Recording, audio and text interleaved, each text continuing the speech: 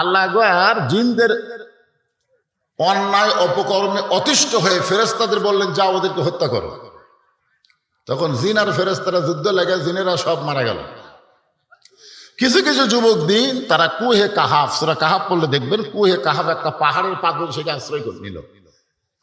ফেরেশতারা বলল, আল্লাহ ওরা ভয়ে পাহাড়ের পাথর দেশে লুকায় গেছে, আমরা কি ওখানে গিয়ে হত্যা করব? আল্লাহ বলতেছে, যদি লুকায় যায় আর হত্যা করার দরকার নাই।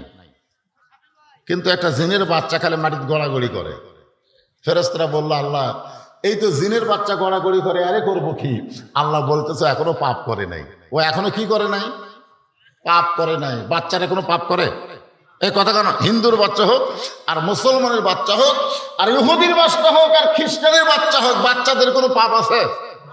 বাচ্চারা কোনো অন্যায় করে? এরপরেও ইসরায়েলের ইহুদিরা ফিলিস্তিনের হাজার হাজার শিশু বাচ্চাকে হত্যা করতেছে। দরকার কথা ঠিক কিনা? যেইটা দেখে বাংলাদেশের প্রধানমন্ত্রী পর্যন্ত চোখের পানি বের করে কান্না করেছে। আশ্চর্য! শিশু মাসুম বাচ্চাদেরকে ওরা হত্যা করতেছে, এমনকি হাসপাতালের মধ্যেও গিয়ে তারা হত্যা করছে।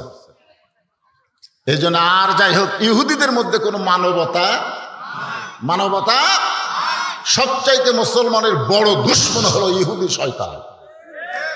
এই জন্য বাংলার জমিনে ইহুদিদের কোনো পণ্য আমরা টাকা দিয়ে ক্রয় করব না, ফিরে দিলেও নেব না, সর্বসাকল্যে ইহুদি বয়কট। ধরে কোন কথা ঠিক? আপনাকে এলাকায় এখনো কি কোকা কোলা আছে?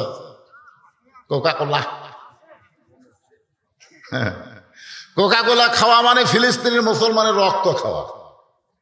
এরপরেও যদি কেউ কিনা খান, আমার বলার দরকার বলে দিলাম। লাইফ বয় সাবান গাওয়াত মাখতেছেন, চুলকানি যাবে, লাখ সাবান অনেকগুলো আছে, আমি এতগুলো বলবো না। আপনারা ইসরায়েলের পণ্য আর মুসলমানের পণ্য এখন ফেসবুকে দেখবেন, দেখা যাচ্ছে। ওই কোকা কোলা থেকে আমাদেরকে ফিরে রাখার জন্য আফগানিস্তানের মজো আমাদেরকে খাওয়ার জন্য বলা হচ্ছে। দরকার কথা ঠিক কিনা? মজো বুঝেন? হ্যাঁ, একটু মনোযোগ দিবেন। ছোট বাচ্চারা কোনো পাপ করে না, এই কারণে আল্লাহ বললেন ফেরেশতারা, ওরে মাইরো না, ওরে তোমরা নিয়ে আসো। ফেরেশতার মধ্যে লালন পালন শুরু হলো। এত ভালো চরিত্র হলো, এক সময় আল্লাহ তাআলা ওই জিনের বাচ্চাকে সমস্ত ফেরেশতাদের ওস্তাদ বানায়া দিল। সমস্ত ফেরেশতাদের কি বানালো? মুআল্লিমুল মালাইকা, ফেরেশতাদের ওস্তাদ। সমস্ত ফেরেশতা যখন আদমকে সিজদা করার জন্য উদ্গ্রীব, এমন সময় আজাদিল বলল, আমি সিজদা করব না। আল্লাহ বললেন, না করার কারণ কি? বলল, আমি হলাম আগুনের তৈরি আর আদম হলো মাটির তৈরি। ইল্লা ইবলিস আবা ওয়াস্তাকবার, ইবলিস অহংকার করলো, সিজদা করলো না। এখন ফেরেশতারা আদমকে সিজদা করবে, কিন্তু সিজদা করার নিয়ম জানে না। সিজদা করার নিয়ম আছে না নাই? আপনারা কি এশার নামাজ পড়ছেন? এশার নামাজ পড়তে গিয়ে আপনি সিজদা করেছেন আল্লাহকে। সিজদার ভিতরে আমরা বললাম সুবহান রাব্বিয়াল আলা, সুবহান রাব্বিয়াল আলা। যখন কোন আল্লাহর বান্দা নামাজের সিজদায় যায়, ওই বান্দাটা নিজের অস্তিত্ব বিলীন করে দিয়া আল্লাহর মহব্বতে বিলীন হয়ে যায়।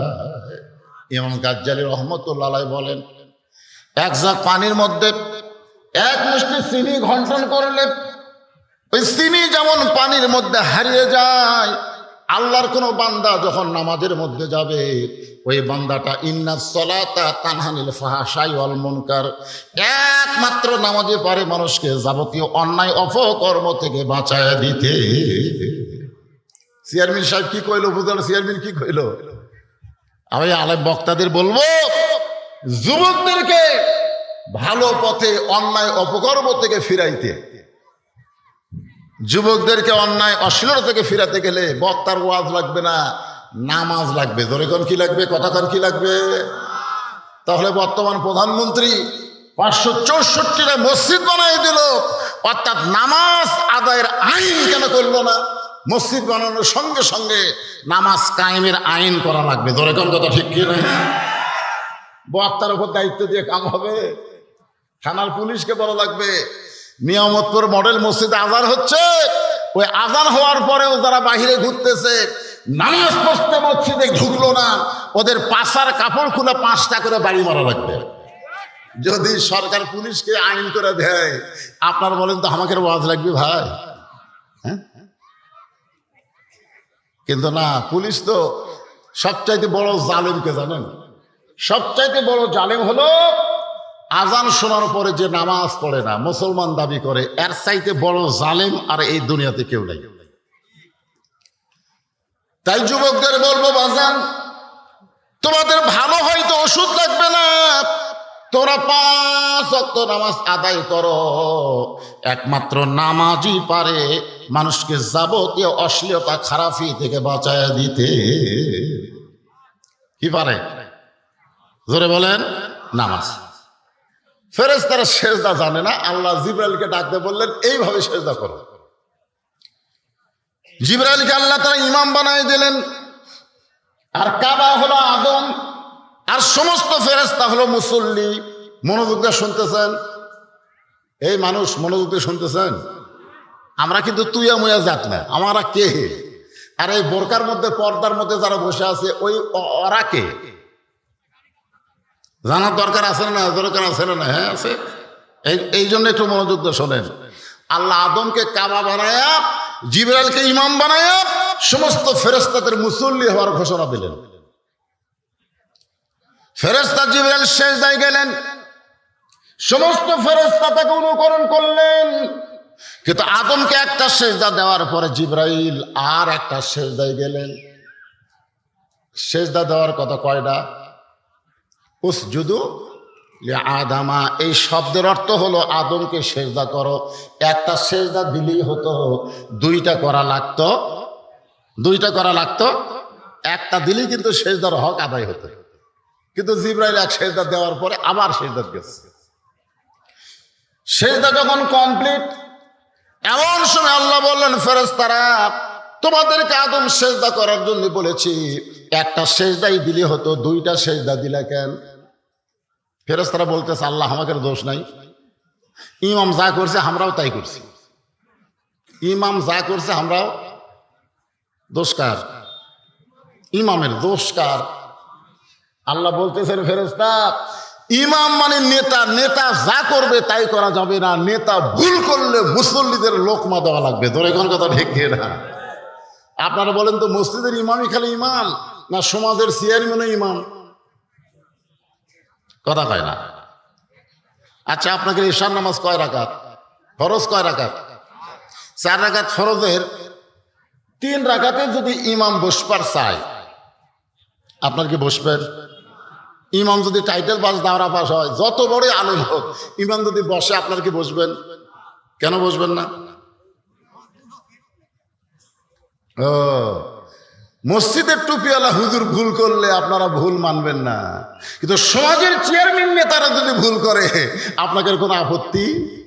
লোকমা খালি মসজিদে ধরলে হবে না, সব জায়গায় যদি লোকমা থাকতো বাংলার জমিনে কোনো অন্যায় হতো না। কিন্তু আমরা ভালো জায়গাত লোকমা দেই, খারাপ জায়গাত লোকমা নাই। আপনারা বলেন তো ইউনিয়ন পরিষদ আর মসজিদ, এই 2টা জায়গায় হলো আল্লাহর। ধরে কোন 2 জায়গা কার?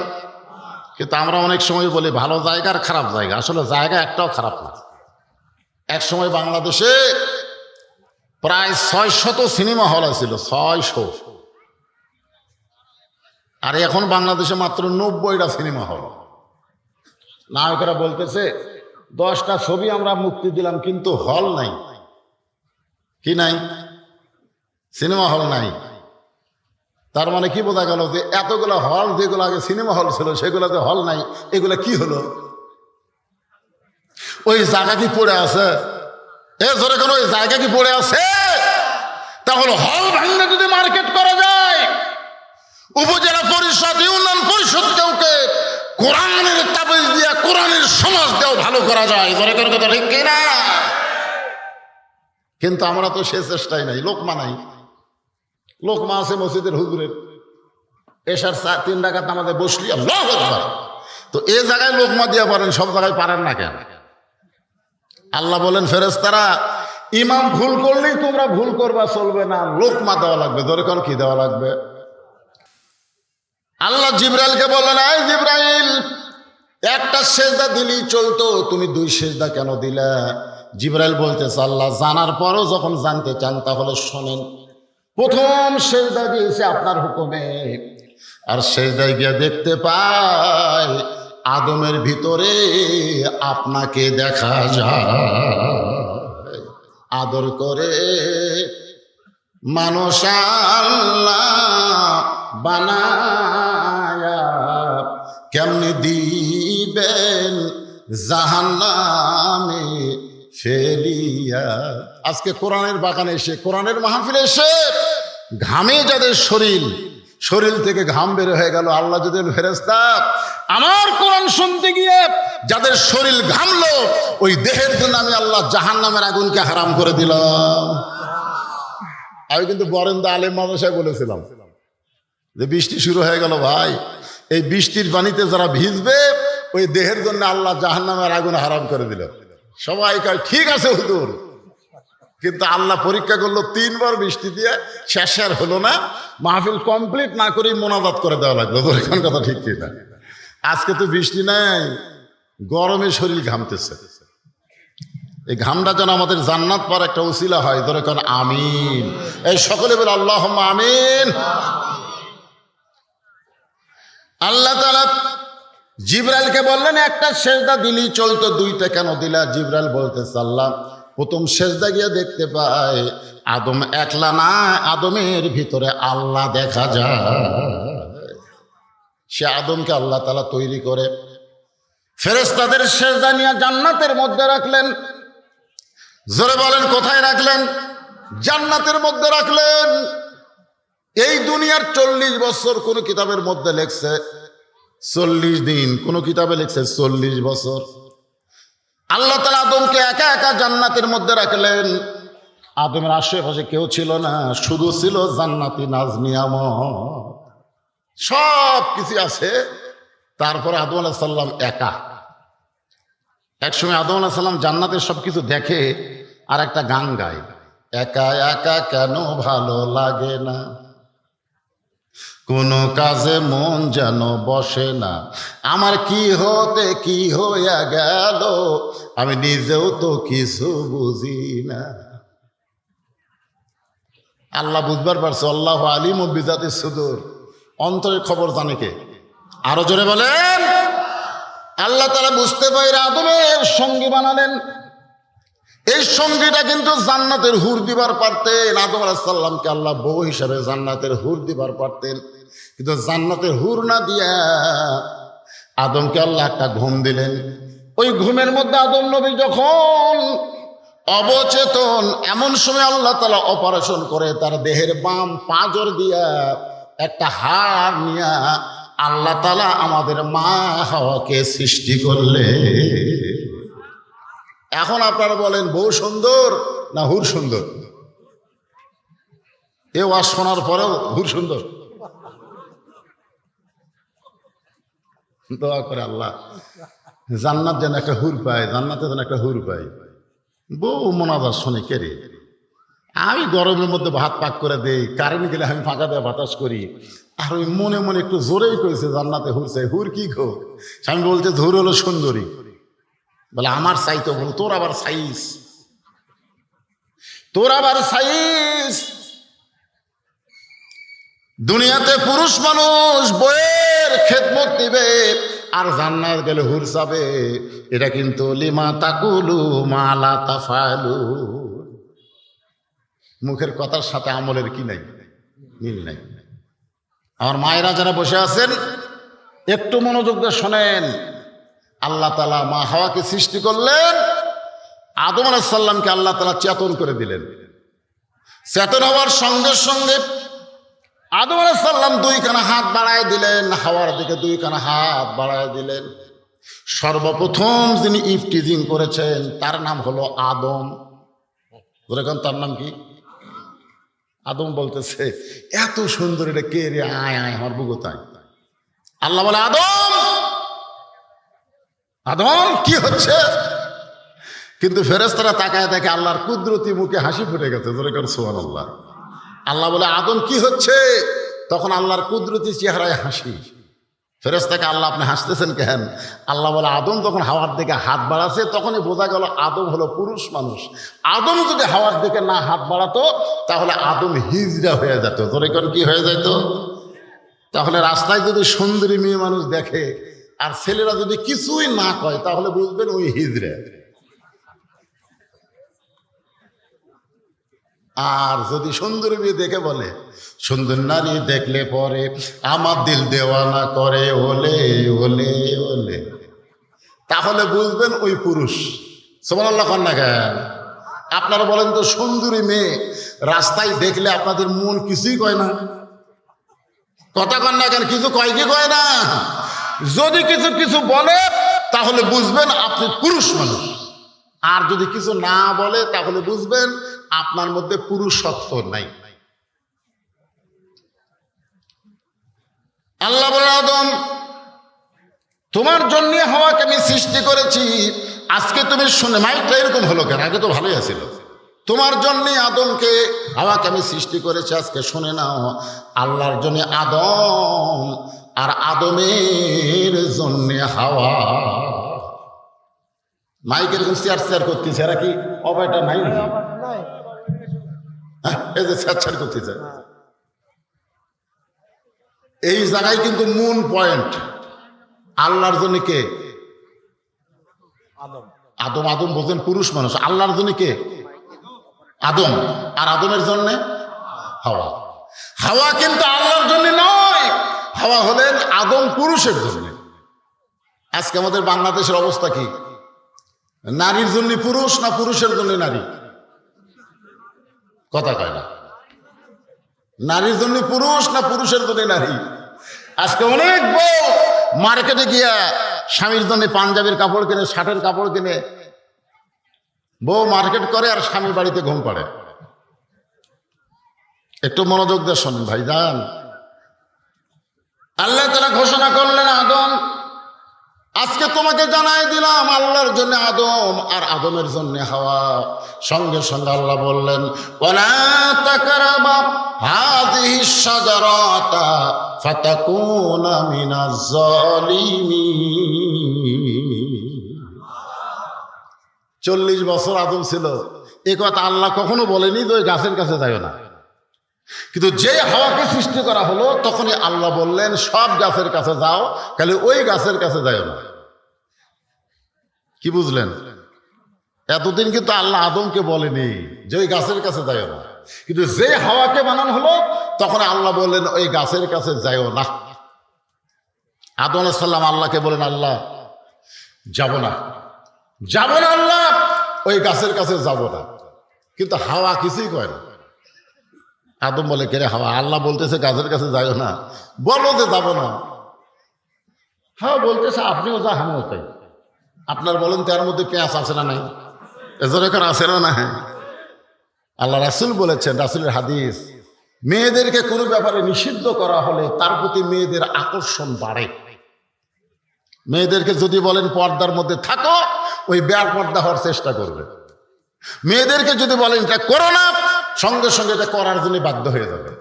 একটা গোপন কথা যদি বউকে বলেন যে কথা তার প্রকাশ করো না, এটা প্রকাশ করলে কিন্তু আমার ক্ষতি হবে, বউ বলতেছে আল্লাহর শপথ আমি কাউরে কম। আবার একজন মেয়েকে বলে এই কথা কিন্তু আমার স্বামী নিষেধ করছে, কাউকে বলা যাবে না, শুধু তোমারে কইলাম, তুমি যেন কাউরে কইও না। শাশুড়ি আর বেটার বইয়ের গন্ডগোল মাঝে মধ্যে হয় কি হয় না? ধরে হয় কি হয় না? হয়। তো শাশুড়ি বেটার বউরে গালি দিয়া অন্য এক বাড়িতে গেছে বেড়াবার। ইতিমধ্যে এক ফকুরনি, মেয়েদেরকে আমরা ফকুরনি বলি, ভিক্ষা করার জন্য ঢুকছে। মা 4টা ভিক্ষা দাও। বেটার বউ বলে 4টা না 4 শের দেব, 4 শের। ফকুরনি কয় সারাদিন আমি 2 শের পাই না, তুমি ওর 4 শের দেবে কেন? বলে শাশুড়ি আমার গাল দেওয়া অন্য বাড়িতে বেতা হয়ে গেছে, এই সুযোগ আমি তোমার 4 শের চাল দিলাম, তুমি কাউরে কো না। ফকুরনির বেটি বলতেছে আল্লাহর শপথ কাউরে কো না। একা যায় আর বলে আমার 4 শের চাল দেওয়া কয় কাউরে জান কই না, আমার কি ঠেকা পড়তে হবে, কাউরে কো না। রাস্তার একজন বলে ফকুরনির বেটি একা একা গল্প করেন, খবর কি? বলে ওই বাড়ির বেটার বউ আমার 4 শের চাল দেওয়া কই যে কাউরে জান কই না, আমার কি ঠেকা পড়তে বলা, আমি কাউরে কো। সবাইই বলতেছে, আবার বলতেছে কাউরে কম না। আপনার বলেন তো, একটা ফকুন্নি একটা ব্যাগের চাল যদি সামাল দেওয়ার না পারে, তাকে যদি একটা গ্রাম দেন, একটা এলাকা দেন, ওই সামাল দেবার পারবি? এই কথা কন না কেন? ও কোনো কিছু দেওয়া হবে না, ওকে আপনি সামাল দেওয়া লাগবে। খুব খেয়াল করে। এক সময় মা হাওয়া গন্ধম ফল খাইলেন, ইবলিস শয়তানের ওয়াসওয়াসায় আদমকেও খাওয়ালেন।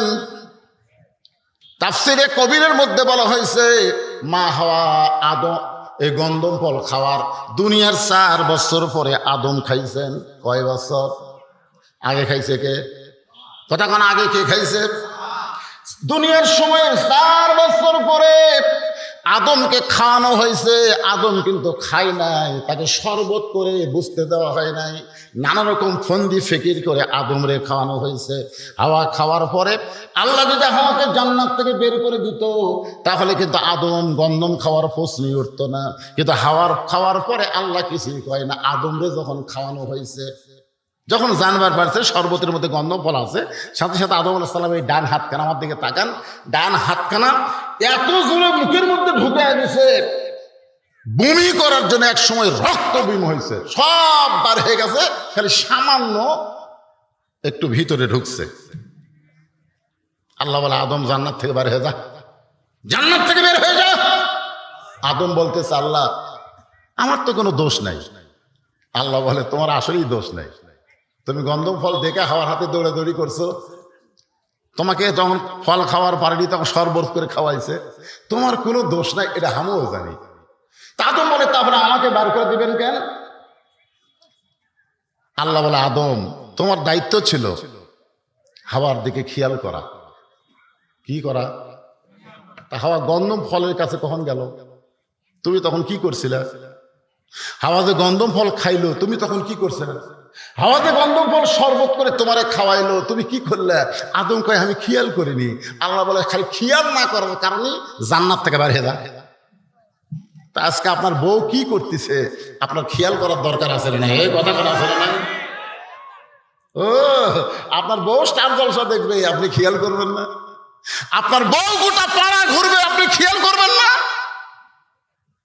শুধুমাত্র মা হাওয়াকে খেয়াল না করার কারণে আদমকে আল্লাহ যদি জান্নাত থেকে বের করে দেয়, আমরা যদি আমাদের বউ মেয়ের দিকে খেয়াল না করি, আমাদেরকে আল্লাহ জান্নাত দিবে না। জোরে কর কথা ঠিক। খেয়াল করার দরকার আছে না নাই? যারা পর্দার মধ্যে বসে ওয়াজ শুনতেছে, আমাকে তো আমার অত্যন্ত স্নেহের মহব্বতের ইব্রাহিম বলেছে, হুজুর সব জায়গায় কি ওয়াজ করলেন জানি না, কিন্তু ঝাঁঝরায় মেয়ে মানুষের ওয়াজ বেশি করা লাগবে। ঝাঁঝরাতে মেয়ে ঠিক হলে গোটা এলাকার লোক ঠিক হয়ে যাবে। আমার মা বোনদের জন্য কিছু ওয়াজ করার দরকার আছে না নাই? দরকার আছে না? মা ঠিক, সন্তান ঠিক, আর স্বামী ঠিক, তাহলে বউ ঠিক। আল্লাহ রাসূল বলেছেন, দায়ুস লা ইয়াদখুলুল জান্নাত, দায়ুস কোনদিন জান্নাতে যাবে না। সাহাবারা বললেন, ইয়া রাসূলুল্লাহ, দায়ুস কোন নারী? রাসূল বললেন, দায়ুস কোন নারী না, দায়ুস হলো ওই সকল পুরুষ মানুষ যাদের অধীনে নারীরা পর্দা করে না। এখন বলেন, আমার অধীনে কিছু নারী আছে না নাই? এজরখান আছে না নাই? কেউ না থাকলেও বউ আছে। আপনার সত্যি করে বলেন তো, বউ আপনার অধীনে আছে না আপনি বউয়ের অধীনে আছেন? কথা কয় না কেন? আপনার বউয়ের অধীনে আছেন। মা বোনদের ওয়াজ করবো রে মরদ মানুষ, ভালো করে শোনেন, কথাটা ক্লিয়ার করে বলেন, আপনি বউয়ের অধীনে না বউ আপনার অধীনে? যদি আপনি বউয়ের অধীনে থাকেন, মা বোনদের ওয়াজ করে কোনো লাভ নাই। এই মায়েরা, এই কোথায় আছে? একটা কথা কবেন না। আমি এক ওয়াজে বলছি, মেয়েরা জোরে কথা বললে ওই কথা যদি পুরুষ মানুষ শুনতে পায়, তাহলে পর্দার খেলাফ হয়। আপনার বলেন, কথাকে আমি ভুল কইছি না ঠিক কইছি? ইতিমধ্যে মেয়েদের মধ্যে একটা চিঠি দিছে আমার কাছে। চিঠির মধ্যে একজন মেয়ে লিখছে, হুজুর মেয়েদের কথা শুনলে যদি পুরুষের পর্দার খেলাফ হয়, মেয়েদের পর্দার খেলাফ হয়, তাহলে প্রধানমন্ত্রী যখন ভাষণ দেয়, এই ভাষণ শোনা কি? আমি চিন্তা করে গেলাম, ওরে বাবা রে, এমন প্রশ্ন করছে। কারণ বাংলাদেশের প্রধানমন্ত্রী পুরুষ না নারী? জোরে খান। তাহলে মেয়েরা জোরে কথা বললে যদি পর্দার খেলাপ হয়, প্রধানমন্ত্রী সবার উদ্দেশ্যে ভাষণ দেয়, তাহলে মরদ মানুষকে ভাষণ শোনা জায়েজ? আমি যদি বলি জায়েজ না, তা আমাকে আর নাম বেদ দিবি? এখানে অনেক চামচা আছে, মোবাইল করবি পুলিশের কাছে, তাড়াতাড়ি আসেন, একেবারে সেরা হেলে দিয়েছে। আমি চিন্তা করলাম এই প্রশ্নের উত্তর আমি কেমনে দেব। এমন সময় আল্লাহর কোরআন আমার সামনে এসে বললেন, উদউ ইলা সাবিলি রাব্বিকা বিল হিকমা। ডাইরেক্ট যদি বলবার না পারো, তাহলে হিকমতের সাথে জনগণকে বলে দাও। আপনার বলেন তো কোরআনে হিকমত আছে না নাই? আমি হিকমত নিয়েই আপনাদের সামনে আমার মা বোনদেরকে নিয়ে কথা বলবো। আমার মায়েরা একটু মনোযোগ দেন। প্রত্যেক জুমার দিনে ইসলামী খুতবায় ইমাম সাহেব মুসল্লিদের সামনে আরবিতে কথাগুলো বলে। আমরা অনেক মানুষ আরবি বুঝি না বলে বুঝবার পারি না। আরবিতে কিন্তু বলে সাইদাতুন নিসাই আহলেল জান্নাহ ফাতেমাতুজ জোহরা, জান্নাতি নারীদের যিনি নেত্রী হবেন তার নাম হইল ফাতেমা। আল্লাহ রাসূল বলেন, ফাতেমা তুমি নবীর মেয়ে হওয়ার কারণে তুমি জান্নাতে যাবে, এই কথা কখনোই মনে রাখবা না, মনে করবা না। নবীর মেয়ে হওয়ার কারণে আল্লাহ তোমাকে জান্নাত দেবে না। জান্নাতে যদি যাবার চাও, তাহলে জান্নাতের আমল করে তোমাকে জান্নাতে যেতে হবে। ফাতিমা বললেন, বাবা মেয়েরা জান্নাতে গেলে কি আমল করা লাগবে? আল্লাহ রাসূল বললেন, আমল বেশি না। ঈমান গ্রহণ করার পরে 1 নম্বর আমল হলো নামাজ, 2 নম্বর আমল হলো রমজানের রোজা, 3 নম্বর আমল হলো স্বামীর কথা মতো চলা, আর 4 নম্বর আমল হলো সতীত্বের হেফাজত, পর্দা করা। ও ফাতেমা, এই 4টি আমলের মধ্যে পর্দাটাই মেয়েদের জন্য সবচেয়ে গুরুত্বপূর্ণ আমল। পর্দা যদি ঠিক মতো আদায় করতে পারো, বাকি 3টা আমল আল্লাহ তোমার জন্য সহজ করে দিবে। সঙ্গে সঙ্গে মা ফাতেমা তার কাছে যে ওড়না ছিল, সে ওড়নাটা ঘোমটা আকারে দিয়ে বলল, বাবা এই মুহূর্তে আজ থেকে আমি ফাতেমা পর্দার ভিতরে ঢুকে গেলাম। সুবহানাল্লাহ কন্যা কেন? আল্লাহ কোরআনে বলেন, ওয়াকরনা ফি বুয়ুতিকুন্না ওয়ালা তাবাররাজনা তাবাররুজাল জাহিলিয়াতিল উলা। এমনভাবে পর্দা গ্রহণ করলো, একসময় আল্লাহ রাসূল ফাতেমার জন্য খোঁজ খবর দিলেন, ফাতেমা তোমার পর্দাটা আল্লাহ পছন্দ করে আল্লাহ তোমাকে জান্নাতি নারীদের নেত্রী ঘোষণা করে দিচ্ছে। এই কথা শুনে ফাতেমা মুচকি মুচকি হাসতেছে। রাসূল বলে, হাসতেছো কেন? বলে, আল্লাহ আমাকে জান্নাতি নারীদের নেত্রী বানাইছে। এইটা শোনার পর আনন্দ লাগতেছে। রাসূল বলে, ফাতেমা আল্লাহ তোমাকে জান্নাতি নারীদের নেত্রী বানালে কি হবে? আল্লাহ তোমার আগে একজন মেয়েকে জান্নাত দিবে। আপনারা সুবহানাল্লাহ বলতেছেন না কেন? কিন্তু ফাতেমা সুবহানাল্লাহ কয় না। আল্লাহ রাসূল বলে, ফাতেমা আল্লাহ তোমার আগে একজন মেয়েকে জান্নাত দিবে, এইটা শোনার পরে সুবহানাল্লাহ কও না কেন? ফাতেমা বলে, আমার বিরুদ্ধে ওয়াজ হচ্ছে, আমি সুবহানাল্লাহ কম। আপনারা বলেন তো, আমাদের বিরুদ্ধে তখন কথা আসবে সুবহানাল্লাহ না নাউযুবিল্লাহ? এই কথা কেন, সুবহানাল্লাহ না নাউযুবিল্লাহ? আল্লাহ রাসূল বলে, ফাতেমা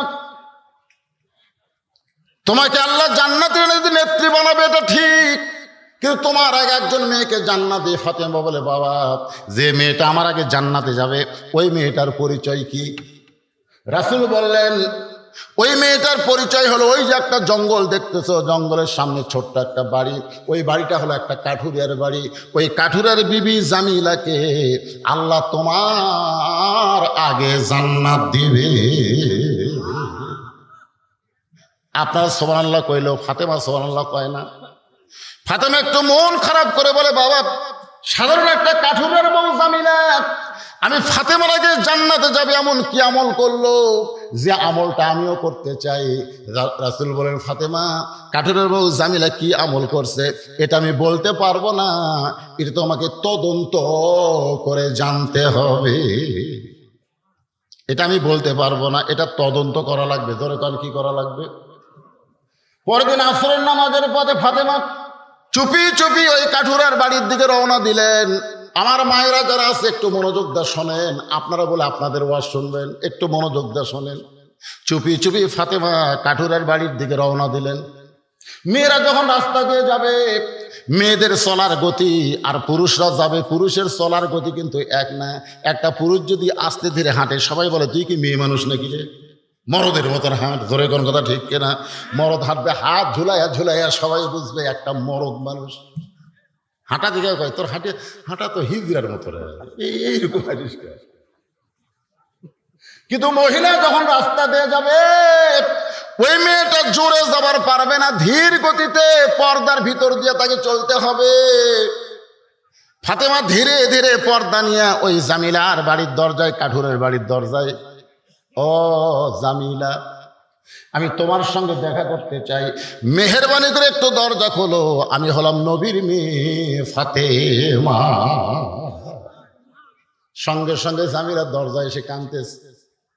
ফাতেমা বলে, জামিলা, তোমার সঙ্গে দেখা করতে আসলাম, তুমি দরজার ওই পারে কান্দো কেন? জামিলা বলতেছে, আমার সারা জীবনের সাধনা নবীর মেয়ে ফাতেমাকে একটা নজর আমি দেখতে চাই। ফাতেমা বললেন, তাহলে কান্দার দরকার নাই, দরজা খুললি আমার সঙ্গে তোমার দেখা হবে। জামিলা বলতেছে, কান্নার কারণ হলো আমার স্বামী এখন বাড়িতে নাই, স্বামীর হুকুম ছাড়া আমি আপনার জন্য দরজা কেমনি খুলবো? আমার স্বামীর হুকুম না পাইলে আমি নবীর মেয়ে ফাতেমার জন্য দরজা খুলতে পারবো না। আমার স্বামী এখন বাড়িতে নাই, বাজারে কাঠ বিক্রি করতে গেছে, এই জন্যই কাঁদতেছি, স্বামীর হুকুম ছাড়া আপনার জন্য দরজা খোলা যাবে না। সাথে সাথে ফাতেমা চুপ করছে। ওরে বাবা রে, একটা মেয়ের সাথে একটা মেয়ে মানুষ দেখা করবে, আর এইটার জন্য আবার স্বামীর হুকুম লাগবে? আপনারা বলেন তো, ফাতেমার আকর্ষণ বাড়তেছে না কমতেছে? বেড়ে গেছে। ফাতেমা মনে মনে চিন্তা করে, যে মেয়েটা স্বামীর হুকুম ছাড়া ফাতেমার জন্য দরজা খোলে না, এই মেয়েটার বাড়ির মধ্যে ঢুকতে হবে। এমন কি আমল করে যে আমল করার কারণে আমার আগে আল্লাহ তারে জান্নাত দিবে? জামিলা বলে, নবীর মেয়ে ফাতেমা, মেহেরবানি করে আপনি ফেরত যান, আগামীকাল যদি এই সময় আসেন, আসা মাত্রই দরজা খুলে দেব, কারণ রাতের বেলা স্বামীর কাছ থেকে আপনার জন্য দরজা খোলার হুকুম নিও। ফাতেমা বলতেছে, অবশ্যই আগামীকাল এই সময় আসবো ইনশাআল্লাহ।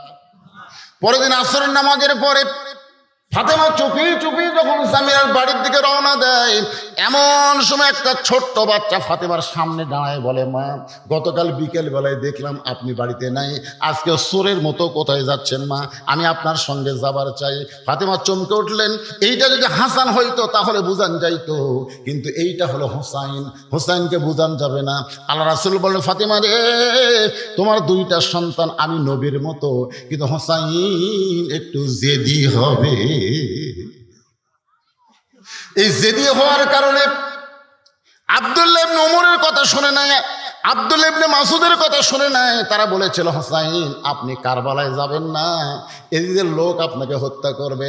হোসাইন বলতেছে, আমি হত্যাকে ভয় করি না, আমার ভিতরে জেদ হলো নবীর ইসলামকে নিজের ইসলাম বানায় কেউ যদি দেশ চালাবার চাই, আমি জীবন দিব, কিন্তু বাতিলের সঙ্গে আপোষ করব না। আবু বকর রাদিয়াল্লাহু দুনিয়া থেকে চলে গেল, তার আব্দুর রহমানকে খলিফা বানাই নাই। উমর ফারুক দুনিয়া থেকে চলে গেল, তার আব্দুল্লাহ ইবনে উমরকে চেয়ারে বসান নাই। ওসমান চলে গেছে, তার সন্তানকেও চেয়ার দেয় নাই। আমার বাবা চলে গেল, আমার বাবা আমাদের দুই ভাইকে কোনোদিন চেয়ারে বসায় নাই। আর আমিরা মুয়াবিয়া চলে যাওয়ার আগেই তার সন্তান ইয়াজিদকে রাষ্ট্রযন্ত্র দিবে, চলবে না, খিলাফত কায়েম হবে, রাজতন্ত্রের কবর দেওয়া লাগবে। ধরে কোন কথা ঠিক না, জেদ করে চলে গেলেন। এই জন্য একটু জেদি। ফাতেমা দেখতেছে, হাসান হলে বুঝান যাইতো, কিন্তু আরে তো বুঝান কঠিন। এখন কি করবে ফাতেমা? ছোট্ট হোসেনকে সঙ্গে করে ওই জামিলার বাড়ির দরজায় হোসেন বলতেছেন, মা, একটা ভাঙ্গা বাড়ির দরজা, আপনি গতকাল আইছিলেন, আজকে আইছেন, এই বাড়িতে এমন কি আছে মা যে আপনি এখানে আসেন? আমার বিশ্বাস দুনিয়ার সব মানুষ আমার মায়ের কাছে যাবে, আমার মা কারোর কাছে যাবে না। সুবহানাল্লাহ কন্যা জ্ঞান। এটা সন্তানের মায়ের প্রতি ভালোবাসা কম না বেশি? কথা কন, কম না বেশি? নিজের মায়ের প্রতি যদি ভালোবাসা থাকে, আমার বউ মায়ের কাছে যাবে কিন্তু আমার মা বউয়ের কাছে আসবে না। আজকে অনেক বউয়ের কাছে শাশুড়ি ঘুরতেছে, এরপরেও বউ কথা বলতেছে না। আপনি কেমন বেটা, আপনি কেমন ছেলে যে আপনার মা আজকে এতিম হয়ে গেছে আপনার বউয়ের কাছে, অনাথ হয়ে গেছে। একটু মনোযোগ দেবেন। নিজের শ্বশুরের জন্য শাশুড়ির জন্য ঈদুল ফিতরে জামা কিনছে, হাদিয়া পাঠায়, আর নিজের বাপ মার কথা খেয়াল নাই। এইরকম পাটা আছে না নাই? জোরগান আছে না নাই? একটু মনোযোগ দিয়ে শুনবেন। আমার মায়েরা যারা পর্দায় আছেন, একটু মনোযোগ দিয়ে কথাগুলো শুনবেন। স্বামীর বাড়ির কাউরে পছন্দ করেন না, কিন্তু নিজের বাড়ির সবাইরে আপনি পছন্দ করেন। আপনার ভাই, আপনার বোন আপনার ভালো লাগে, কিন্তু আপনার স্বামীর কোনো আত্মীয় আপনার পছন্দ হয় না। সংসার আজকে অশান্তি হওয়ার পিছনে কারণ হলো একটাই, নিজের বাবার বাড়িকে পছন্দ করে কিন্তু শ্বশুরের বাড়ির পছন্দ করে না। এরকম বেটার বউ সমাজে আছে না নাই? ধরো এখানে আছে না নাই? আসুন, যে কথা আপনাদের সামনে বলতে চাই। বলতেছেন, মা আপনি কেন আইছেন? মা এই বাড়িতে এমন কি আছে? এমন সময় ফাতেমা বলতেছে, জামিলা দরজা কি খুলবো না? জামিলা বলতেছে, 1 ঘন্টা হলে দরজা খোলার জন্য দাঁড়িয়ে আছে। ফাতেমা বলতেছে, তাহলে দরজা খুলে দাও। জামিলা বলতেছে, কে যেন কথা বলতেছে আপনার সাথে। ওই ছোট্ট বাচ্চাকে নিয়ে যদি আপনি ঢুকতে চান, তাহলে আজকের মতো আপনি ফেরত যান, কারণ আমার স্বামী শুধু আপনার ব্যাপারে দরজা খোলার হুকুম দিচ্ছে। আপনি একজন বাচ্চা নিয়ে আসবেন, ওই বাচ্চাকে বাইরে রাখতে হবে। বাচ্চা নিয়ে যদি আপনি আমার কাছে আসতে চান, তাহলে আজকের মতো আপনি ফেরত যান। সঙ্গে সঙ্গে হোসেন বলে, মা যেই মেয়েটা কথা বলতেছে আমার জন্য ঘরের দরজা খোলে না, এই মেয়েটা অত্যন্ত খারাপ মা, এই মেয়েটা কোনোদিন ভালো মেয়ে হতে পারে না। সঙ্গে সঙ্গে ফাতেমা হোসেনের কপালে চুম্বন দিয়ে বলে, বাবা তুমি যে মেয়েটাকে খারাপ বলতেছ, তোমার নানা বলেছে ওই মেয়েটা তোমার মায়ের আগে জান্নাতে যাবে। যখন কে বলছে? আল্লাহ বলছে। তোমার নানা কইছে। নবী যেই কথা বলে, এই কথা কি নবী বলে না আল্লাহ বলায়? দলিল কি? আল্লাহর কোরআন, মা ইয়ানতিকু আনিল হাওয়া ইন হুয়া ইল্লা ওয়াহুই ইউহা। তুমি বলতেছো এই মেয়েটা খারাপ, এই বাড়ির মেয়েটা খারাপ, কিন্তু তোমার নানা বলেছে ওই মেয়েটা তোমার মায়ের আগে জান্নাত যাবে। সঙ্গে সঙ্গে হোসেন মায়ের হাত ধরে বলতেছে, মা তাহলে অজাতা এই দরজায় ঘুরে লাভ নাই, আসল জায়গায় যাওয়া লাগবে। অজাতা এই দরজায় ঘুরে কোনো লাভ নাই, আসল জায়গায় যাওয়া লাগবে। ধরে কোন কি জায়গা? ফাতেমা বলতেছে, আসল জায়গা কোনটা? হোসেন বলতেছে, আসল জায়গা হলো, মনে হে বড় আশা ছিল আমি যাব মদিনায়। সবাই বলেন, মনে বড় আশা ছিল আমি যাব মদিনায়। দিনাজপুরের লোকের আব্দুল আলিমকে বললো, আব্দুল আলিম ভাই আপনি মূর্খ মানুষ, আপনি গায়ক ভালো, সুর ভালো, কিন্তু আপনার এলেম নাই। এলেম যদি থাকতো তাহলে আপনি শুধু মদিনার কথা বলতেন না, আপনাকে বলা লাগতো মনে হে বড় আশা ছিল যাব মক্কা মদিনায়। আপনি মক্কার কথা বাদ দেন, মদিনার কথা বলেন। আব্দুল আলিম বলে, রে দুনিয়ার মুসলমানেরা শোনো, মদিনার মানুষটাকে তুমি যদি খুশি করতে পারো, তাহলে শুধু মক্কা না, মক্কার মালিক আল্লাহ পর্যন্ত তোমার উপরে খুশি হয়ে যাবে। আল্লাহ কোরআনে বলেছেন, কুল হে রাসূল আপনি বলেন, ইন কুনতুম তুহিব্বুনাল্লাহ ফাত্তাবিউনি, যদি আল্লাহকে পাওয়ার চাও নবীকে ইত্তেবা ছাড়া আল্লাহ পাওয়া যাবে না। ধরে কোন কথা ঠিক কি না? আপনাদের কাছে মক্কার দাম বেশি না মদিনার দাম বেশি? কিছু হেজাতি শায়েখবার আছে, এরা কয় কেউ যদি হজ করে যায় মদিনার নাও যায়, তারপরেও তার হজ হবে। আজকে বাংলাদেশের সরকার যদি ঘোষণা করে বাংলাদেশের মুসলমানকে 2 জায়গার 1 জায়গা দেখার পারমিশন দেওয়া যাবে, যারা মদিনায় যাবা তারা মদিনার টিকিট করো, যারা মক্কায় যাবা তারা মক্কার টিকিট করো, যারা মক্কায় যাবা তারা মদিনায় যাবার পারবে না, আর যারা মদিনায় যাবা তারা মক্কায় যাবার পারবে না। আপনারা বলেন তো কোন টিকিট বিক্রি বেশি হবে? এর অন্তর থেকে কথাটা কন রাখেন, কোন টিকিট? দেখা যায় মক্কার টিকিট বেচাই হয়ে যায়। ভাইজান, আহা মক্কাতে আল্লাহর কাবা ঘর, আর মদিনায় আছে স্বয়ং রাসূল। হিজরত করে যখন মদিনায় গেলেন, মদিনায় থেকে ৮ম হিজরিতে যখন মক্কা বিজয় হলো, আল্লাহ রাসূল বলেন সাহাবেরা কাবা ঘরের দরজা খোলো। কাবা ঘরের দরজা খুলে দেখে ৩৬০টা মূর্তি। ওমর ফারুক বলে রাসূলুল্লাহ, আল্লাহর ঘরের মধ্যে মূর্তি, এই মূর্তি কে ঢুকালো? রাসূল বললেন ঘর আল্লাহর থেকে লাভ নাই, আল্লাহওয়ালা থাকা লাগবে। জোরে কোন কথা ঠিক কিনা? আল্লাহওয়ালা না থাকলে টাইসের উপরে ধুলে পড়বে। টাইসের উপরে কি পড়বি? আক্কেলপুরে এক মসজিদে আসর নামাজ পড়বার ঢুকে দেখি গোটা টাইল ধুলে, এরকম লোক দিয়ে করে ধুলে।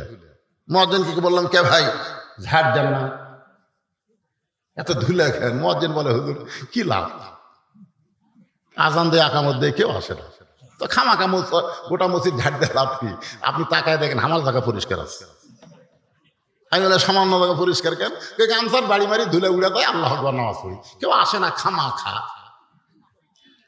মসজিদ আছে কিন্তু মসজিদের পাশে যদি আল্লাহওয়ালারা না থাকে, কাবা ঘর আছে কাবা ঘরের পাশে যদি আল্লাহওয়ালারা না থাকে, সে কাবা ঘরের মধ্যে মূর্তি ঢোকে। জোরে কোন কি কথা কর না কেন? একটু মনোযোগ দেবেন। হোসেন বলে মা তাহলে কার্টুনের বইয়ের দরজায় ঘোরার দরকার নাই, আসল জায়গায় যেতে হবে। এ বলে মায়ের হাতটা ধরে টেনে টেনে নিয়ে গেলেন আল্লাহর নবীর কাছে। রাসূল বলে ফাতেমা তোর হাতটা ধরে আমার কাছে ও কেন নিয়ে আইছে? ফাতেমা বলতেছে বাবা আমার কোনো দোষ নাই, বাবা আমার কোনো দোষ নাই।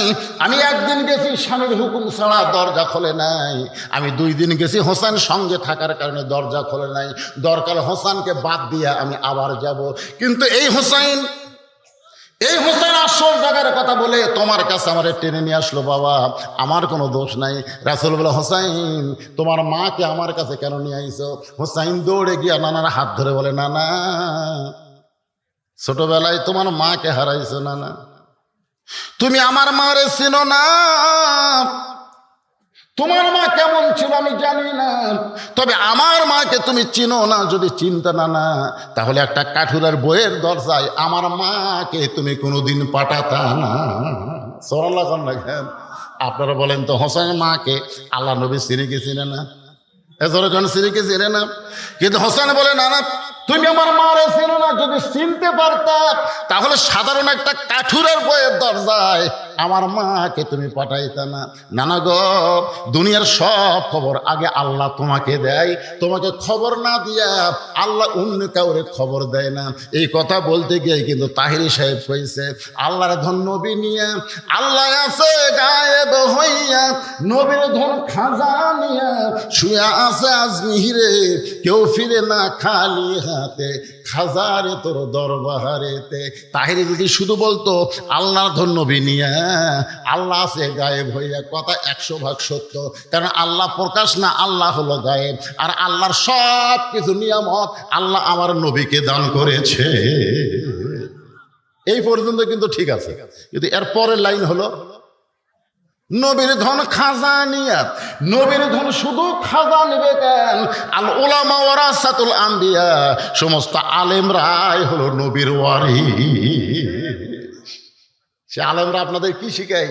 ইয়াকা নাবুদু ওয়া ইয়াকা নাস্তাইন, একমাত্র চাইতে হবে পাইতে হবে কার কাছে? জবান খুলে বলেন কার কাছে? খাজা বাবার দরবারেতে কেউ ফিরে না খালি হাতে। এই গানটা হলো শিরকি গান। জোরে কোন কি গান? আপনারা কার কাছে যাবেন? তেনা ফিরের কাছে? তো গাছও তো অত তেনা বান্ধা কেন? আচ্ছা এত তেনা তেনা গাছের ডালে ডালে আপনার তেনা বানলেন কেন? আপনারা বলেন ওই গাছ কি আছে? আছে? ওই গাছ কেউ যদি কাটতে পারেন বদর যুদ্ধের সওয়াব আল্লাহ দান করে দেবে। বদর যুদ্ধের সওয়াব, বদর যুদ্ধে বিজয় হওয়ার কারণে মুসলমান ইসলাম বুঝেছে, কাফের বেঈমানেরও বুঝেছে আল্লাহ কি। জোরে কোন কথা ঠিক কিনা? শিরক মারাত্মক পাপ। তেনা কিছু করতে পারে না, যা কিছু করে কে? সবাই জবান খুলে বলতে হবে যা কিছু করে কে? না না, কোন আমলের কারণে কাঠুরের বউ জামিল আমার মায়ের আগে জান্নাতে যাবে এটা না বলা পর্যন্ত আমি আপনার হাত ছাড়বো না। কি ছাড়বো না? আপনারা বলেন তো হোসাইন জেদি কম না বেশি? জোরে বলেন। নবীর হাত চাইবা ধরে বলে না না, কোন আমলের কারণে? সাধারণ একটা কাঠুরের বউ জামিলা আমার মায়ের আগে জান্নাতে যাবে, এটা না বলা পর্যন্ত আমার হাত ছাড়বো না, আপনার হাত ছাড়বো না। এইবার নবীর হাতটা যখন চাইবা ধরছে, এমন সময় আল্লাহ নবী ডাক দিলেন, আলী, আলী রে। সঙ্গে সঙ্গে হযরত আলী বলে, লব্বাইকা রাসূলুল্লাহ। নবী বলতেছেন, লব্বাইকা রাসূলুল্লাহ। নবী বলতেছেন, চুপ। এই সময় আমি নবী না, আমি হলাম তোমার শ্বশুর, তুমি হলো আমার জামাই। এইটা হলো আমার নাতি হোসাইন, আর ওইটা হলো আমার মেয়ে। সব সময় নবী হওয়া যায় না, মাঝে মধ্যে বাবা হওয়া লাগে, নানা হওয়া লাগে, শ্বশুর হওয়া লাগে। সব সময় নবী হওয়া যায় না। ধরে কোন ঠিক কিনা? আমাদের নবী যদি সবসময় নবী হতেন তাহলে আমাদের আদর্শ হবার পারত না। আমাদের নবী কি সবসময় নবী? জেহাদের ময়দানে কি সেনাপতি, জেহাদের ময়দানে কি ফাতেমার কাছে পৃথিবীর শ্রেষ্ঠ বাবা, হোসেনের কাছে পৃথিবীর শ্রেষ্ঠ নানা, খাদিজার কাছে পৃথিবীর শ্রেষ্ঠ স্বামী। ধরে কোন কথা ঠিক কিনা? সাহাবীদের কাছে পৃথিবীর শ্রেষ্ঠ নেতা। মানে নবী যে দিকে যাবেন সব দিক দিয়ে কয় নম্বর? 1 নম্বর। গরিবের কাছে নবীর চাইতে গরিব কেউ নাই, ধনীর কাছে নবীর চাইতে বড় ধনী কেউ নাই। এই জন্য আল্লাহ কোরআনে বলেছেন, লাকাদ কানা লাকুম ফি রাসূলিল্লাহি উসওয়াতুন হাসানা। যার মধ্যে সব গুণ গুণান্বিত, তাকেই তোমরা আদর্শ হিসেবে গ্রহণ করো। এ কথা কার? আমাদের অনেক নেতা আছে, তারা নেতাগিরি করতে পারে কিন্তু নামাজ পড়াবার পারে না। ধরে কোন কথা ঠিক কিনা? আমাদের অনেক নেতা আছে, দেখবেন তার সন্তানেরা তাকে বাপ হিসেবে পছন্দ করে না। আবার অনেক নেতা আছে, তার বউ তাকে 2 চোখে দেখবার পারে না। ধরে কোন কথা ঠিক কিনা? আপনি বলেন তো, নবীজি নেতা, আপনি যে দিক দিয়ে যাবেন নবী কয় নম্বর? আলী কোন আমলের কারণে একটা কাঠুরের জামিলা হোসেনের মা ফাতেমার আগে জান্নাতে যাবে, এইটা তোমাকে একটু বলা লাগবে। আলী বলতেছি, ইয়া রাসূলুল্লাহ, আপনি তো আমাকে নিষেধ করে দিয়েছেন। হুজুর, আপনি তো নিষেধ করে দিয়েছেন, আজকে বলার হুকুম দিলেন। আলী বলতে, তোর বেটা যেভাবে আমার হাত ধরছে, আজকে হুকুম না দিলে তো আমার রক্ষা নাই। জোরে কোন সুবহানাল্লাহ। সঙ্গে সঙ্গে আলী বলতেছে, ও ফাতেমা, কোন আমলের কারণে একটা কাঠুরের বউ জামিলা তোমার আগে জান্নাতে যাবে, এর যদি শুনবার চাও তাহলে তোমাকে ধৈর্য ধারণ করা লাগবে। কারণ মেয়েদের চরিত্র হলো, এক মেয়ের কাছে আর এক মেয়ের সৌন্দর্য, আর এক মেয়ের সৌন্দর্য আর এক মেয়ের ভালো বলা যায়। বিশ্বাস যদি না করেন তাহলে আপনার বইয়ের সামনে একদিন হুরের কথা বলে দেখবেন। করছেন কোনোদিন? আপনি যে জান্নাতে হুর পাবেন, এই গল্প কোনোদিন বইয়ের কাছে করছেন? কথা কয় না রে, করছেন কোনোদিন? আপনার বউ কত ভালো, একদিন গল্প করে দেখবেন। আমি শুধু বলছিলাম, আল্লাহ যদি আমাকে জান্নাত দেয়, জান্নাতে যে হুর হবে সে হুরের নাকের সাইজ এরকম, চোখের সাইজ বলতি। আমার বউ দেখি বালুস বগলের মধ্যে নিয়ে ঘর থেকে বের হয়ে যাচ্ছে। আমি বললাম, কোথায় যাও? বল, হুর নিয়ে থাকো, আমার কি দরকার। আমি সেই দিন বুঝেছি, ভাই, নিজের বইয়ের কাছে হুরের গল্প করারও কোনো সুযোগ। কথা কন না কেন? আপনার বইয়ের কাছে আপনার বইয়ের গুণের তারিফ করে দেখবেন, রাগ করবে। নিজের বউ অন্য কোনো মেয়ের তারিফ, অন্য কোনো মেয়ের প্রশংসা শুনতে চায়, যার কারণে হযরত আলী বললেন, ফাতেমা, কোন আমলের কারণে কাঠুরার বউ জামিলা তোমার আগে জান্নাতে যাবে, এটা জানতে গেলে তোমাকে ধৈর্য ধারণ করা লাগবে। ফাতেমা বলতেছে, আমার কোনো আপত্তি নাই, আমি শুনতে চাই কোন আমলের কারণে একটা কাঠুরের বউ ফাতেমার আগে জান্নাতে যাবে। আল্লাহ রাসূল বললেন, ফাতেমা, তাহলে শোনো, তোমার কি মনে আছে? একটু মনোযোগ দাও। আলী যা বলবে মনোযোগ দিয়ে শুনবে। আলী বলতেছেন, ফাতেমা, একদিন দুপুর বেলায় তুমি ওকে ঘরের মধ্যে ডাকলে। আলী বলতেছে, আমি যখন ঘরের মধ্যে গেলাম তখন তুমি আমাকে একটা ওড়না দিয়ে বললেন, স্বামী গো, হাসান হোসেন ক্ষুধার জ্বালায় কানতে কানতে ঘুমায় গেছে, ঘুম থেকে চেতন পাইয়ে খাবার চাবে, কিন্তু গোটা ঘরে খাবার কিছু নাই। আমি জানি এই মুহূর্তে আপনার পকেটেও কোনো টাকা নেই। হাসান হোসেন ঘুম থেকে উঠে যখন খাবার চাবে তখন আপনিও বেকায়দা, আমিও বেকায়দা। এই জন্য এই জিনিসটা আপনাকে দিলাম, এটা হলো আমার ওড়না, এটা বাজারে বিক্রি করবেন, এর যা দাম হবে সেই দাম দিয়া আমার হাসান হোসেনের জন্য খাবার নিয়ে আসবে। আলী বলতে যে, ফাতেমা, তুমি আমাকে ওড়না দেওয়ার পরে আমি তোমার ওড়না পকেটের মধ্যে নিয়ে বাজারে গেলাম, পকেটের মধ্যে নিয়ে বাজারে গেলাম, কারণ ফাতেমার ওন্না স্বামী নিয়ে বাজারে ঘুরতেছে, মনটা খালি বারবার বলতেছে ওন্না বের করে যদি বিক্রি করবার চাই, আর খরিদ্দার যদি বলে আলী এই ওন্নাটা কার, আমি যদি বলি আমার বইয়ের, তখনই খরিদ্দার চিন্তা করবে যেই পুরুষ মানুষ বইয়ের জিনিস বেচা খায় এই পুরুষ হলো দুর্বল পুরুষ। ধরে কোন কি পুরুষ? আপনারা কি বইয়ের জিনিস বেচা খান? কথা কয় না। বেচা যদি খান আপনি কি দুর্বল। এখন জমি কিনবে, জমির দাম ৮০,০০০, টাকা আছে ৬০,০০০, ২০,০০০ টাকার জন্য জমি হচ্ছে না। ওর খালি একটাই চিন্তা, আমার জমির ধারে জমি এটা কেনাই লাগবে, কিন্তু টাকা যে ৬০,০০০ আছে ২০,০০০ নাই। দুপুরে বেলা হাত খাবার যায় থাকে, ওর বইয়ের গলাত মালা, ওর নজর খালি মালার দিকে। এই মালাটা কিন্তু ওই কিনে দেয়নি, ওর শ্বশুর কিনা মেয়েক দিছে। বিয়ের সময় অনেক বাবা মেয়েক দেয় না, এজন্য এখন দেয় কি দেয় না, এখন ওই মালার দিকে বারবার তাকায় আর বলতেছে হতে হতেই হচ্ছে না, হতে হতেই হচ্ছে। বউ ভাই কি গো, হতে হতে হয় না কি? জমির ধারের জমি গো, হতে হতেই হচ্ছে না। ৬০,০০০ টাকা আছে, জমির দাম ৮০,০০০, ২০,০০০ টাকা কোথায় পাই? বউ বলতে ধৈর্য ধরো, ইন্নাল্লাহ মা'আস সাবিরিন, ধৈর্যশীলদের সঙ্গে আল্লাহ আছে। এ বছর হবি না সামনে বছর হবি। স্বামী বলতে তোর বাপের জমি, তোর বাপে আমার জন্য ১ বছর থুবি। বউ বলতেছে তাহলে আমার উপর খেপেন কেন? বলে খেপার কারণ হলো তুই একটু দয়া করলি, একটু দয়া করলি আমার জায়গাটা হয়। বউ কয় আমি কি দয়া করলাম বন্ধু? দেখ বিয়ের সময় তোর বাপ ওই মালা দিছে, এখন বলতো ওই মালার সাইজ আছে, এখন যে সুন্দর সুন্দর সোনার মালা নামছে রে, ওই পুরাতন মালা গলার দিয়ে ঘুরিস, তোর শরম নেই? ওই মালাটা খালি আমাকে দে, ওটা বেচে ২০,০০০ টাকা হবে, জমিটা কেনা হবে। আল্লাহর শপথ করে বলছি ভাত খাতে খাতে আগামী বছর এক ডবল সোনার মালা তোকে যদি আমি না দেই, হ্যাঁ মুসলমানের বাচ্চাই দেই। এমন কথা বলছে। এখানে বউ গলার মালা খুলে স্বামীকে দিয়েছে, দাও ডবল দিবে, কিন্তু আল্লাহর শপথ ওই মালা বেচা জমি নিছে। মেয়েরা কিন্তু সব জায়গায় হিসাব না করলেও কত জায়গায় কিন্তু হিসাব ঠিক আছে, তোর কারণ ঠিক কিনা? হ্যাঁ, ১ বছর পরে বল স্বামী গো, গত বছর মালা বিক্রি করে জমি নিলেন, ১ বছর হয়ে গেল, আমার ডবল দেওয়া লাগবে না, ওই রকম মালাই দেন। স্বামী বলছে তুমি আমার কাছে আসো, আসো আসো আসো আসো।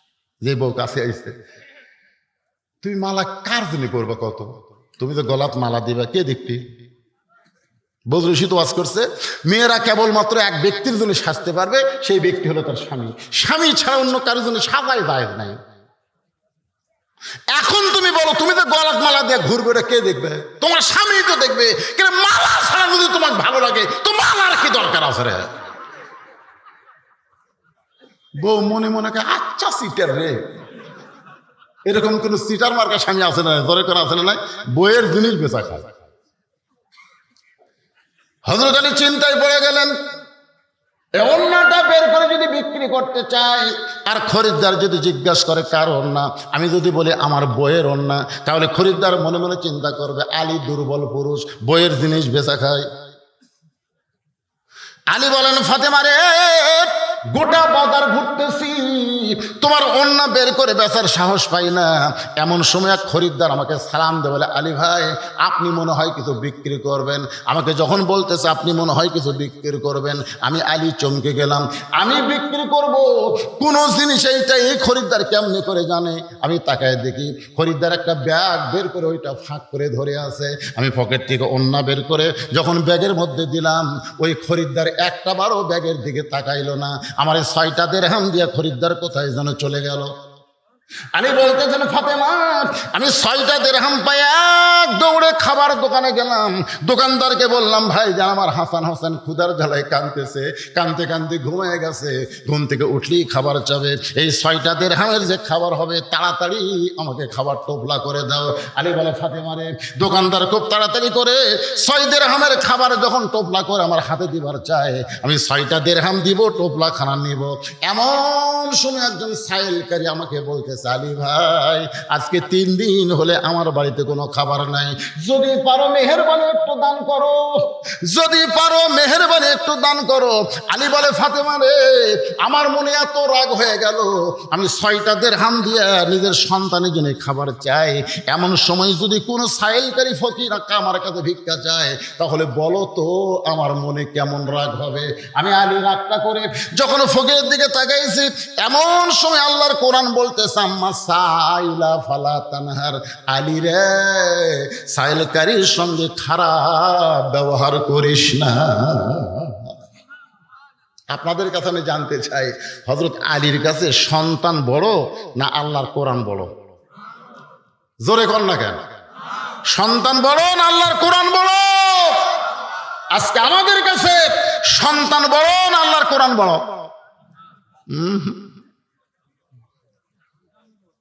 সন্তানে বড়।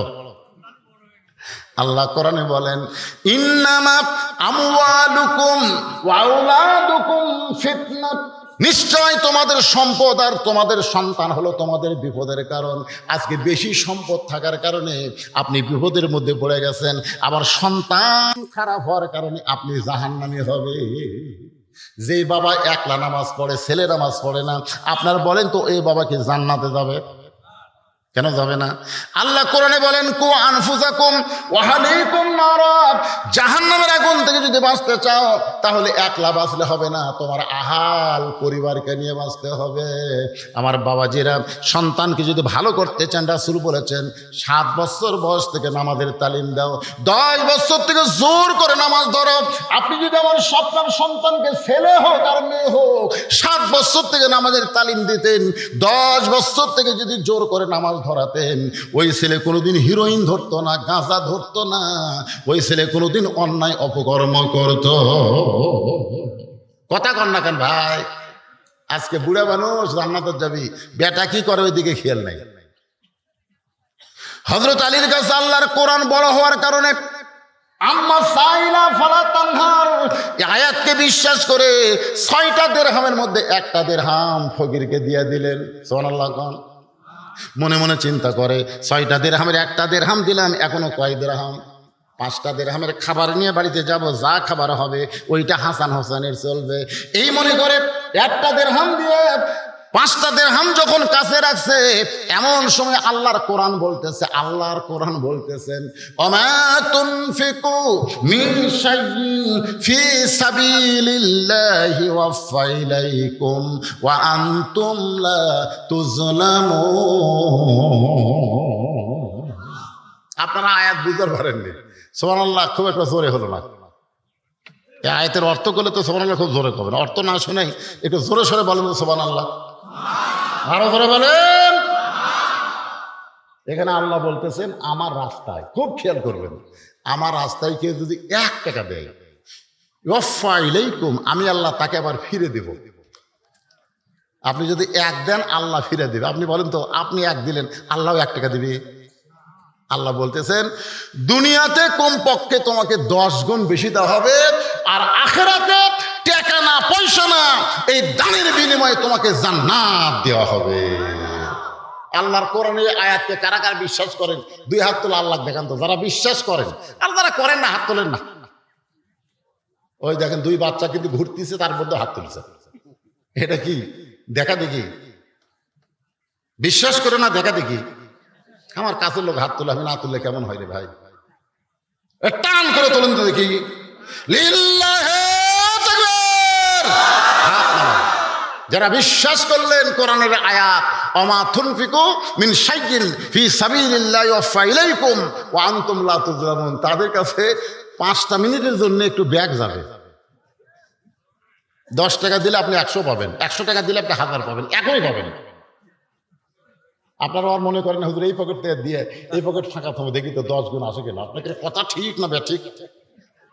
আল্লাহ বলতে পাগল, এখনই মানে কি? এখনই মানে হলো এখানে ওয়াশনা, তুমি যে বাড়ি যাওয়ার সময় তুমি ইটার সাথে উষ্টা খাবা। উষ্টা খেয়ে তোমার পাও ভাঙবি, নিয়ামত পুরো হবি না, 9 গাদা লাগবি, তোমার পিছনে 20,000 টাকা খরচ হবে। কিন্তু এই ব্যাগের মধ্যে দান করার কারণে শুধু আজকের রাত না, এই বছর সমস্ত বালা মুসিবত থেকে আমি আল্লাহ তোমাকে হেফাজত করবো। তাহলে কত গুণ হলো? আমাদের সামনে বিপদ আছে না নাই? জোরে কান আছে না নাই? বলা হয়েছে সাদাকাতু তারুদ্দুল বালা, দান সদকা করলে আল্লাহ বালা মুসিবতকে দূর করে দেয়। ভাইজান, এই কাগজটা আমার কাছে দেওয়ার কারণে আমি আপনাদের মাত্র 2-3 মিনিটে একটু ব্যাগ পাঠায় দিব, যে যা পারেন, হ্যাঁ, যে যা পারেন আপনারা আল্লাহর রাস্তায় দান করবেন, যাই পারেন।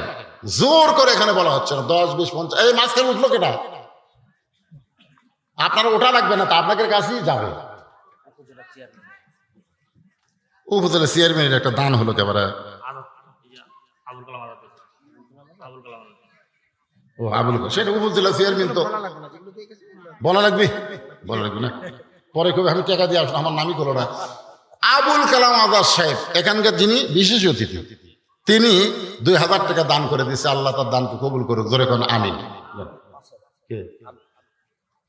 এই গ্রামেরই কৃতি সন্তান প্রফেসর সাহেব, উনি 5000 টাকা দান করেছে। আল্লাহ তার দানকে কবুল করুক, জোরে কোন আল্লাহুম্মা আমিন।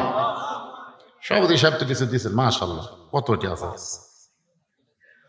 আজকের মাহফিলের সম্মানিত সভাপতি সাহেব 5000 টাকা ধরে বলেন মারহাবা। ব্যাগের আদায় শেষ হলেই কিন্তু আদায় শেষ, আমি আর নতুন করে আদায় করতে পারবো না, কারণ ওয়াজ করা লাগবে। আদম মা হাওয়ার কথা মনে আছে না ভুলে গেছে? মনে আছে? হ্যাঁ, সব মনে রাখবে। আরে মিন্টু নামের একটা ছেলে প্রতিবন্ধী, দোয়া চাই, দোয়া করে আল্লাহ তাকে পুরাপুরি সুস্থতা দান করেন।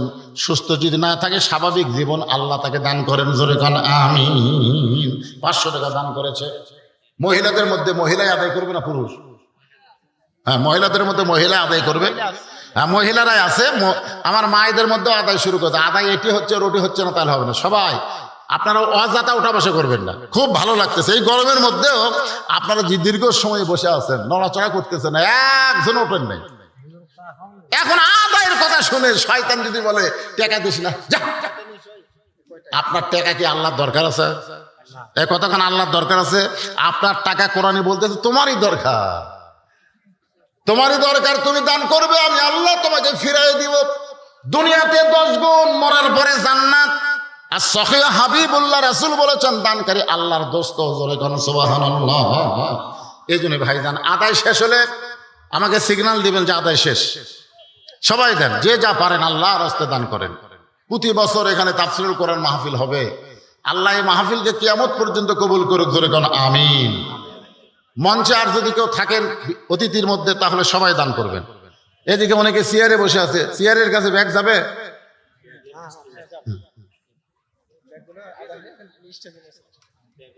হ্যাঁ, স্টেজে আসবেন, ব্যাগ নিয়ে অন্য সাইডে যাওয়া চলবে না বাজান, সব স্টেজে চলে আসবেন। একটু জিকির করেন, লা ইলাহা ইল্লাল্লাহ, জোরে সুরে লা ইলাহা। কে রে, কলেমার জিকির করতে কি অলসতা লাগতেছে? মহাব্বতে লা ইলাহা ইল্লাল্লাহ, লা ইলাহা, লা ইলাহা ইল্লাল্লাহ মুহাম্মাদুর রাসূলুল্লাহ। আল্লাহর কোরআন বলতে চালি রে, তুমি আল্লাহর রাস্তায় যা দান করবে আল্লাহ তোমাকে কয় গুণ দিবে? জোরে কোন কয় গুণ? তুমি সাইলকারীকে 1 টাকা দিলে আল্লাহ তোমাকে 10 টাকা দিবে। 2 টাকা দিলে আল্লাহ তোমাকে 20 টাকা দেবে। 6টা দিরহাম যদি দান করো, দুনিয়াতেই আল্লাহ তোমাকে 10 গুণ 60 টাকা দিয়ে দিবে। আপনারা বলেন তো, হযরত আলীর কাছে কোরআনের দাম আছে না নাই? এই জোরে কোন আছে না নাই? আল্লাহর কোরআনকে বিশ্বাস করে ফকিরকে 6টা দিরহাম যখন দান করে দিলেন, ফকির হাসতে হাসতে যখন বিদায় নেয়, এমন সময় দোকানদার বলতে চালি, ভাই তোমার হাসান হোসেন না খেয়ে কাঁদতেছে, ঘুমিয়ে গেছে, ঘুম থেকে উঠে খাবার চাবে, আমি খাবার টোপলা করে দিলাম। টোপলা না নিয়ে ফকিরকে সব টাকা দান করে দিলে, তাহলে তোমার হাসান হোসেনের খবর কি? জাহাঙ্গীর সচিব 1000 টাকা দান করছে, আল্লাহ তার দানকে কবুল করেন। এগুলো বলা যাবে না, এখন যাই দান করবেন করবেন। এখন আলোচনা দিয়ে খেয়াল করেন, কঠিন গরমের মধ্যে আল্লাহর বান্দারা বসে আছে ধৈর্য নিয়ে, একটু মহব্বত করে শুনবেন। ফকির খুশি হয়ে যখন চলে গেছে, এমন সময় দোকানদার কি বলতেছে, তাহলে হাসান হোসেনের খবর কি? হ্যাঁ, টোপলা করে দিলাম, ছেলের জন্য না নিয়ে, সন্তানের না নিয়ে ফকিরকে দিয়ে দিলেন, তাহলে টোপলার খবর কি? আলী বলতেছে, 1 টোপলা দিয়ে কাম হবে না, তুমি 2 বস্তা খাবার প্যাকেট করো। সুবহানাল্লাহ খান, আপনারা বলেন তো, হযরত আলী যে বলতেছে সামান্য টোপলা দেওয়া হবে না, 2 বস্তা খাবার প্যাকেট করো, আলী কোথায় টাকা পাবে? আল্লাহর প্রতি অগাধ বিশ্বাস, আল্লাহর কোরআন অনুযায়ী আল্লাহ তাকে 10 গুণ দিবে। এখন কিভাবে দিবে এইটা চিন্তা করার দরকার আমাকে রে, আমাকে আছে নাই। এবার দেখেন তামের গাছে যে হারে মুকুল ধরছিল, মুকুল বোঝেন, তামের গাছে মুকুল বোঝেন না, এখন আর আম আছে কি রে?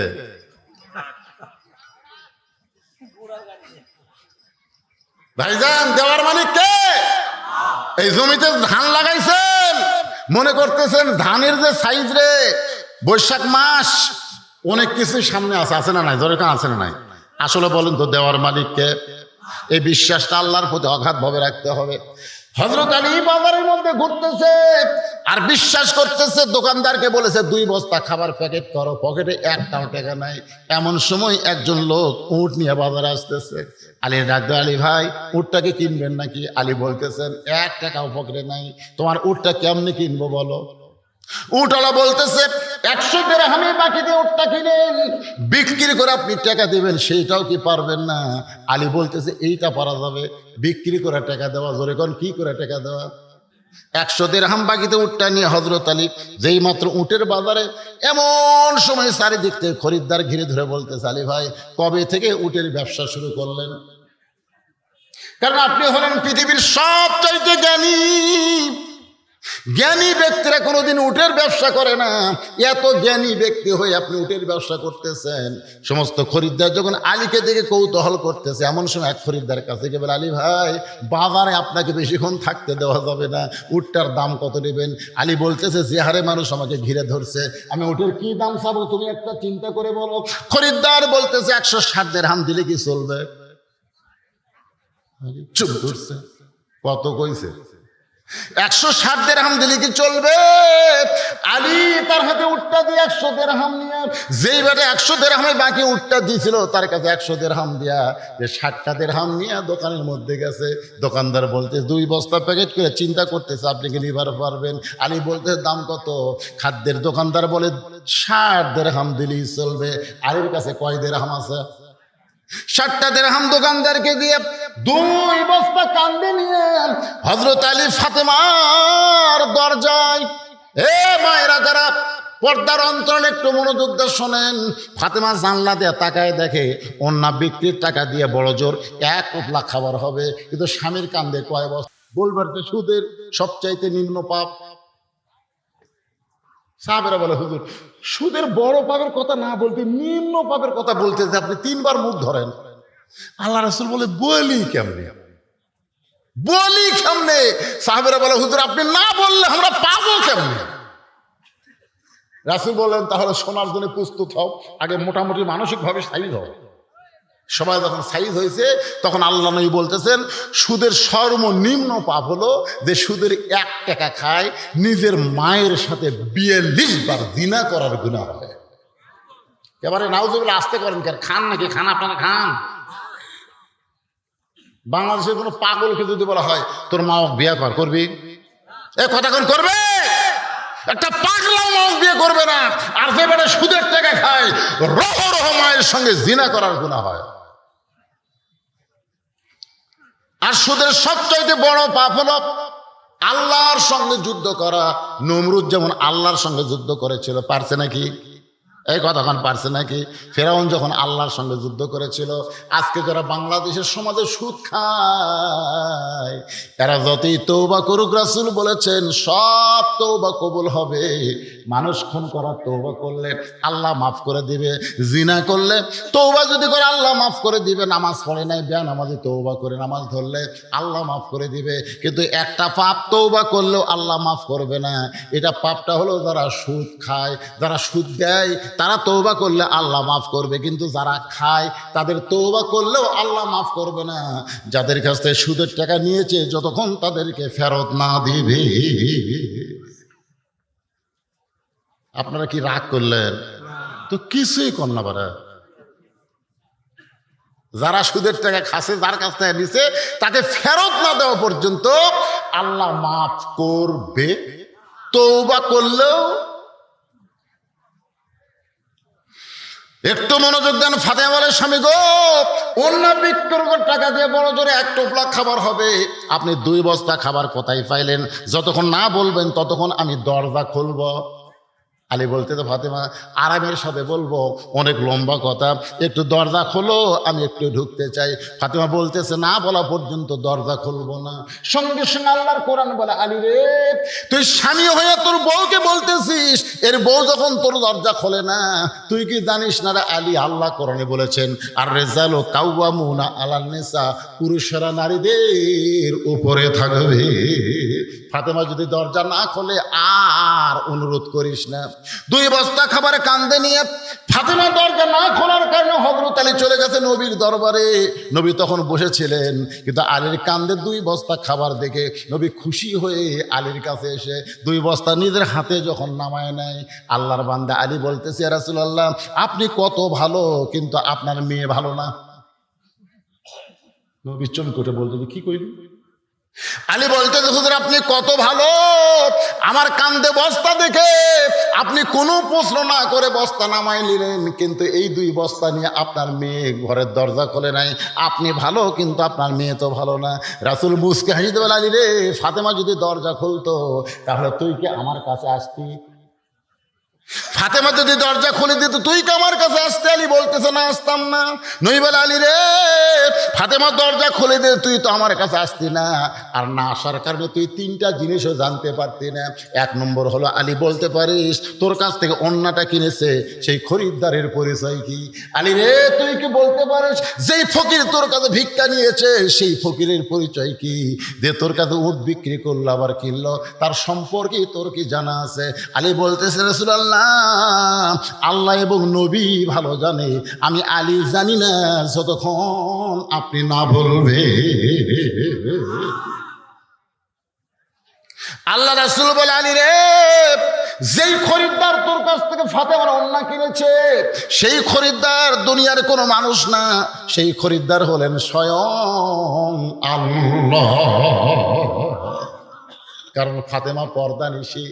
দুনিয়ার কোনো মানুষ ফাতেমার ওড়না দেখুক, দুনিয়ার কোনো মানুষ ফাতেমার ওড়না লাইয়া চাইলা কিনুক, এটা আল্লাহর পছন্দ হয় নাই। কারণ পর্দা নিশি নারীকে আল্লাহ এত ভালোবাসে, ফাতেমার ওড়না কেনার জন্য আল্লাহ জান্নাতের একটা ফেরেশতাকে মানবরূপী খরিদ্দার বানায়া আল্লাহর পক্ষ থেকে 6টা দিরহাম দিয়া ওই ফেরেশতার মাধ্যমে ওড়নাটা কিনে আল্লাহ জান্নাতের মধ্যে যত্ন করে রাখা দিয়েছে। সঙ্গে সঙ্গে হযরত দাঁড়িয়ে বললেন, এ রাসূলুল্লাহ, যে ফকির আমার কাছ থেকে ভিক্ষা নিল এই ফকিরের পরিচয় কি? রাসূল বললেন, আলী রে, যেই ফেরেশতা তোর কাছ থেকে খরিদ্দারে ওড়না কিনে আল্লাহরে দিল, আল্লাহ ওই ফেরেশতাকে বলল, ও ফেরেশতা, যা যা ওই আলীর কাছ থেকে ফকির হয়ে 6টা দিরহাম নিয়ে আয়। ফেরেশতা বলতেছে, আল্লাহ ইয়ার কি করেন, ইয়ার কি করেন? আল্লাহ গো, 6টা দিরহাম আপনি দিলেন, সেই 6টা দিরহাম নিয়ে আলী খাবার দোকানে গেছে। আমার আল্লাহ ডাকতে বলেন, লিয়াবলুয়াকুম আইয়ুকুম আহসানু আমালান ওয়া হুয়াল আজিজুল গফুর। সবাই বলেন, আদর করে মানুষ আল্লাহ বানায়া কেমনি দিবেন জাহান্নামে ফেলিয়া।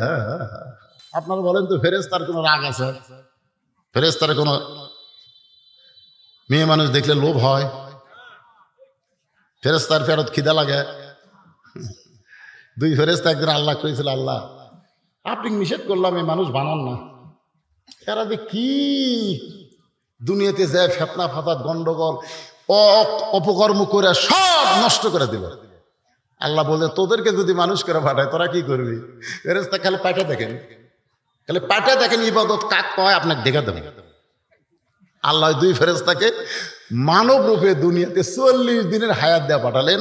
এই 2টা ফেরেশতার নাম হলো হারুত আর মারুত। যেরকম নাম কি? হ্যাঁ, মানুষের চেহারা করে মানব রূপে ওই 6টা জিনিস ভিতরে ঢুকে। 6টা জিনিস, 6টা বোঝেন? ষড়রিপুর নাম শুনছেন? ষড়রিপু কে রে? আপনারা বোঝেন না, না কথা কন না? গিয়াছিলাম ভবের বাজারে ছয় চোরাতে চুরি কইরায় আল্লাহ ধরলো আমারে, যারা চুরি করলো খালাস পাইলো, আমায় দিল জেলখানা, আল্লাহ উপায় বলো না, জনম দুঃখী কপাল পোড়া মানুষ আমি একজনা। আল্লাহ যদি আমাদের মধ্যে কাম, ক্রোধ, লোভ, মদ, মাৎসর, হিংসা এই 6টা রিপু যদি আমাদের মধ্যে না দিত, আমরা ফেরেশতাদের চাইতেও কোটি গুণ ভালো হতাম। ধরে কোন কথা ঠিক কি কথা? ফেরেশতার খিদে নেয়, মেয়ে মানুষ দেখলে ফেরেশতার মন কিছুই করে না, কিন্তু আমাদের পেটত খিদে আছে। একটা মেয়ে মানুষ দেখলে,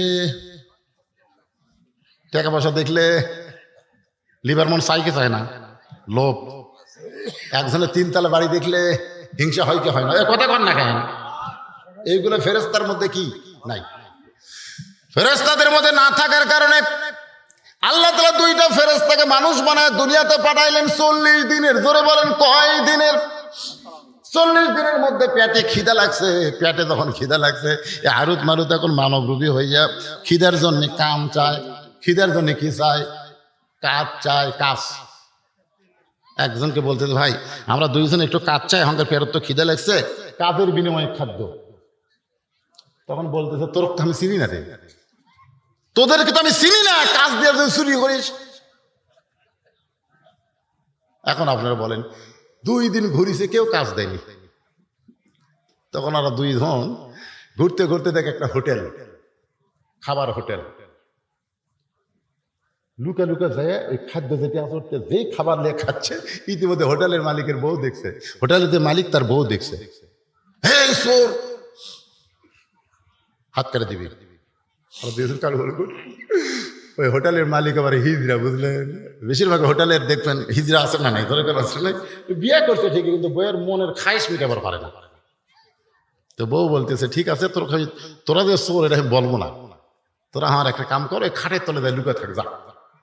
ভারত মারত ওই 2 খাটের তলে লুকা আছে। স্বামী দোকানের জিনিস কিনবার বাজারে গেছে, গঞ্জে গেছে, গভীর রাত্রে বলছে, বার হ, এখন আমার সাথে কাম কর। ওই সাথে গুজে ওর সাথে খারাপ আছে, ওরা 2 ভাই পাড়াপাড়ি লেগে ওর সাথে জিনা ব্যভিচারে যা করা দরকার করিছে, চুরি করে খাসে, আবার জিনাও করে দেয়। জিনা করার পরে ওরকম বার করে দিচ্ছে। তখন যাচ্ছে, বলতেছে, কি কাম করলো রে, চুরিও করলো আবার জিনাও করলো, হায় হায় 40 দিনের হায়াত আল্লাহ দিছে, কটা হলো? ইতিমধ্যে দেখে গাছতলার জনগণ কি যেন খাচ্ছে, আর বলে, আমি বাদশাহ, আমি রাজা, আমি বাদশাহ, আমি রাজা। ওরা চিন্তা করছে যে আমরা যে চুরি করছি, জিনা করছি, এটা ভুলে থাকার জন্য এটা খাওয়া দরকার। অনেকে গাঁজা টাজা খাই কি খায় না, ধরে অতীত ভোলার জন্য নেশা করে। ওই 2 ফেরেশতা ওই যে চুরি করছে, জিনা করছে, এটা বলার জন্য একটা ঢক ঢক করে খাসে ভাই। খাওয়ার পরে দেখে মদ আর নাই, তখন আরো আল্লাহ রে দিব কোথায়, এ দে, মানে লিশা তো চোর, ঠিক আছে, যাই মদ বেচা খাওয়ার মেরে পিটাই মারিছে, বুঝলেন? ওই তখন মরা সারা, তখন আল্লাহ ডাক দেয়, বলে, কে রে, 40 দিনের হায়াতে দুনিয়াতে গেলি, ইবাদত কারে কয় আমারে দেখাই দিবি, কি করলি? আমার বান্দারা সারা জীবনে জর্দে পাপ করে না, তোরা কয় দিনই না তার সাথে বেশি করলি। তখন 2 ফেরেশতা কান্দে আর বলে, আল্লাহ, দুনিয়া যে এমন একটা জায়গা, এই জায়গায় আসলে আল্লাহ আছে এটা মনেই থাকে না। দেখছেন, হারুত মারুত বলতেছে, দুনিয়া এমন একটা জায়গা, এখানে আসলে আল্লাহ যে আছে এটা মনেই থাকে না। এরপরেও যে মানুষ দুনিয়াতে সে অন্যায় অপকর্ম না করে আল্লাহ আছে বিশ্বাস করে দৈনিক 5-12 যারা মসজিদে যায়, এরা ফেরেশতাদের চাইতেও কোটি কোটি গুণ সম্মানী। ধরে কোন কথা ঠিক কিনা? লাকাদ খালাকনাল ইনসানা ফি আহসানি তাকবীম। আল্লাহু আকবার। একটু মনোযোগ দিয়ে শোনেন। আল্লাহ নবী ডাক দে বলে, আলী রে, ওই ফেরেশতাকে আল্লাহ বললেন, যা ফকির হয়ে আলীর কাছে, আমি আল্লাহ আজকে পরীক্ষা করব, আলীর কাছে সন্তানের দাম বেশি না আমার কোরআনের দাম বেশি? আলী রে, ওই পরীক্ষায় তুমি বিজয় লাভ করলে, নিজের সন্তানের দিকে না তাকায়া ফেরেশতা ফকির মনে করে তাকে 6টা দিরহাম দান করলে, ওই ফেরেশতা 6টা দিরহাম আল্লাহকে দিয়ে তখন কান্দে। আল্লাহ বলে, কান্দিস না রে, 6টা দিরহামের 7 দিরহাম আলীর ফেরত দেওয়া লাগবে। কারণ আলীর অন্তরঘাত বিশ্বাস দোকানদারকে বলেছে 2 বস্তা খাবার প্যাকেট কর, যে আমি আল্লাহকে সম্মান করে, আমি আল্লাহ ইন্না আকরামাকুম ইনদাল্লাহি আতকাকুম, তার সম্মান বাড়ায়া দে। যা, যে উটের পিঠে চড়ে ফাতেমা জান্নাতে যাবে, সেই উটটা বিক্রি কর 100 দিরহামে বাকিতে, কারণ আলীর কাছে তো 1 টাকাও নাই। 100 দিরহামে বাকিতে উটটা যখন নিচে, ওই ফেরেশতাকে আল্লাহ খরিদ্দার বানায় বলতে, যা 160 দিরহামে উটটা কিন, 100 দিরহাম ফেরত নিয়ে 60টা দিরহাম আলী পাইছে। আল্লাহ নবী ডাকতে বলে, আলী রে, ফাতেমা যদি দরজা খুলতো এই খবর তোকে কে জানাইতো? ফাতেমা বলতেছে, ওই কাঠুরের বউ জামিল আমার আগে জান্নাতে কেমনে যাবে? সেই কথা না বলে এত লম্বা ওয়াজ করলেন। আমি জানতে চাই, ওই কাঠুরের বউ জামিল আমার আগে জান্নাতে কেমনে যাবে? ওইটা না বলে আপনি কি দানের ওয়াজ শুরু করলেন? আলী বলে, ফাতেমা তোমাকে ধৈর্য ধারণ করা লাগবে। ধরে কোন সুবহানাল্লাহ। ফাতেমা রে, তুমি যে ওড়না বিক্রি করছো, ওই ওড়নাটা আল্লাহ কিনে জান্নাতের মধ্যে রাখার কারণ হলো তুমি পর্দানিশী। তোমাকে আল্লাহ এত ভালোবাসে, যার কারণে আল্লাহর নবী তোমাকে দুনিয়াতে সাইদাতুন নিসায়ে আহলেল জান্নাহ, জান্নাতি নারীদের নেত্রী ঘোষণা করেছে। এখন জান্নাতের নারীদের নেত্রী জান্নাতে যাবে, এইটা আল্লাহ খালি পায়ে যাওয়া পছন্দ করে না। উঠের পিঠে করে আল্লাহ তোমাকে জান্নাত নিবে। ধরে কেন সুবহানাল্লাহ। ও ফাতেমা, আল্লাহ তোমাকে উঠের পিঠে যখন উঠাই দেবে, উটটা আপন গতিতে জান্নাতের দিকে হাঁটতে থাকবে। কিন্তু ওই যে জান্নাতের দরজা দেখা যায়, হঠাৎ উটটার পায়ে কে যেন ব্রেক করে দিল, উটটার সামনের দিকে যায় না। ফেরেশতা বলে, আল্লাহ উটটা ব্রেক হয়ে গেল, উটটা যার সামনে যায় না, এখন করব কি? আল্লাহ বলে, উটটা যদি আপন গতিতে না যায়, তাহলে উটটারে টেনে টেনে জান্নাতে নিয়ে যাওয়া লাগবে। ফেরেশতা বলে, আল্লাহ উটটার কি ধরে টানবে?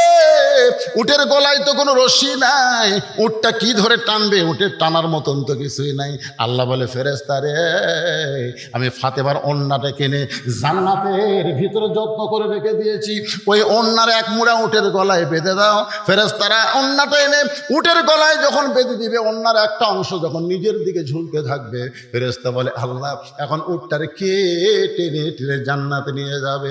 আল্লাহ তখন ডাকতে বলবেন, কাঠুরের বউ জামিলা রে, তোমার স্বামী সব সময় দোয়া করতো, আল্লাহ আমার যে বউটা নবীর কলিজার টুকরা ফাতেমার জন্য দরজা খোলেনি আমার হুকুম ছাড়া, আমি একজন গরিব কাটুরি, আমি কি দোয়া করি? আল্লাহ আমার বউটাকে তুমি সবার আগে জান্নাত দিও। আল্লাহ ডাকদা বলে, রে জামিলা শোনো, তুমি স্বামীর কথা ছাড়া, হুকুম ছাড়া ফাতেমার জন্য দরজা খোলো নাই। এর জন্য তোমার স্বামী খুশি হইয়া দোয়া করছে, আমার বউটাকে সবার আগে জান্নাত দিও।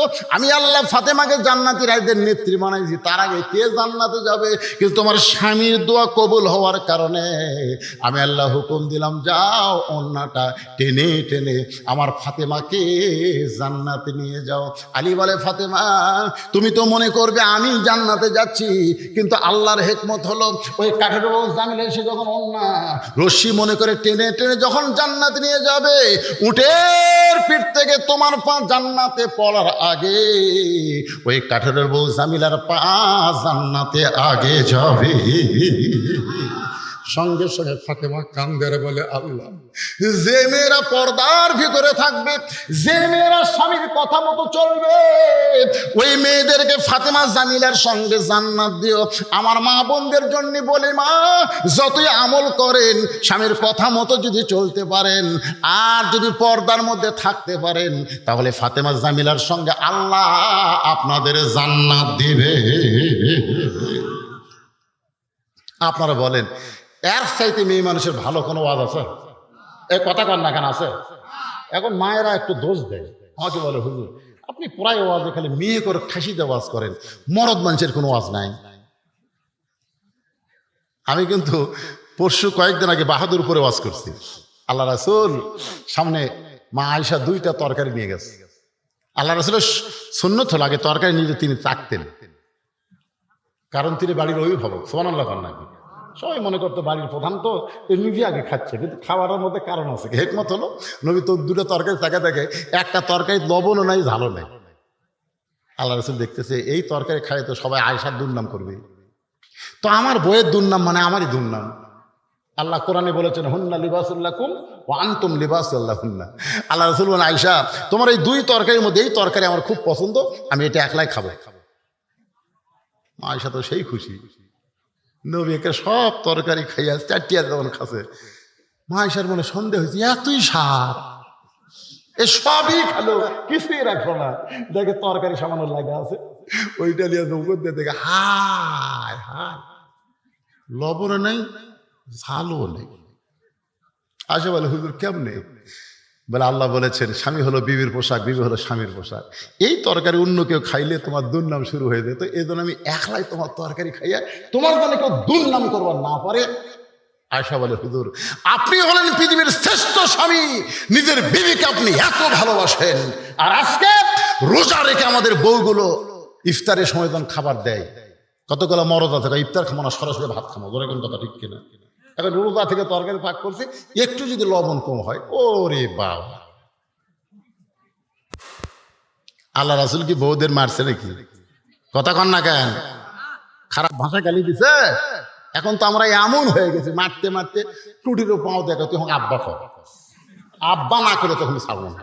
মানে শালা স্বামী এত খারাপ, মারবার গেলে ওর মেজাজ ঠিক থাকে না, মারতে মারতে টুটিরও পাও দেখে আব্বা কর, মানে বউ বাঁচার জন্য আব্বা ছেড়ে দেন, তারপরে পাও টান দেয়।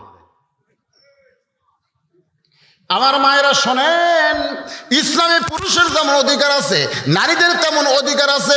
আল্লাহ কোরআনে বলেছেন হুন্না লিবাসুল লাকুম ওয়া আনতুম লিবাসুল লাহুন্না। মশকে পানি নাই, খাবার দিয়ে মা আয়েশা চিন্তা করতেছে মশকের মধ্যে, ঠিলার মধ্যে, পাতিলের মধ্যে, বালতির মধ্যে পানি নাই, তখন তাকে মশক বলা হইতো। রাসূল বা আয়েশা কোনো টেনশন করো না, তুমি খাবার ব্যবস্থা করো আর আমি পানি আনতেছি। আয়েশা বলে রাসূলুল্লাহ হুজুর আপনি কেন পানি আনবেন? আপনি হলেন আল্লাহর নবী। আয়েশা বললেন আপনি হলেন আল্লাহ নবী। রাসূল বলতেছে আমি আল্লাহর যেমন নবী তেমন আয়েশার স্বামী। এক ঠিলা পানি মাথাত করে দিয়ে কি আসতেছে? আল্লাহর নবী আসতেছে। আয়েশা বলতেছে আল্লাহ আমার মতন ভালো স্বামী পৃথিবীর কেউ পায়নি। একটা বিশাল মিষ্টি লাউ মা আয়েশা কুটতে পারে না, রাসূল বলে আমি কুটে দিই। মা আয়েশা যে গিলাসে পানি পান করতেন, আল্লাহ রাসূল ওই গিলাসে পানি পান করতেন। কোন জায়গায় আয়েশার মুখ লাগিয়েছে ওই জায়গায় রাসূল মুখ দিতেন। জোরে কোন সুবহানাল্লাহ। এত স্বামী স্ত্রীর মধ্যে মহব্বত ছিল। আল্লাহ রাসূল বিবিদের চা কখনো খায়নি।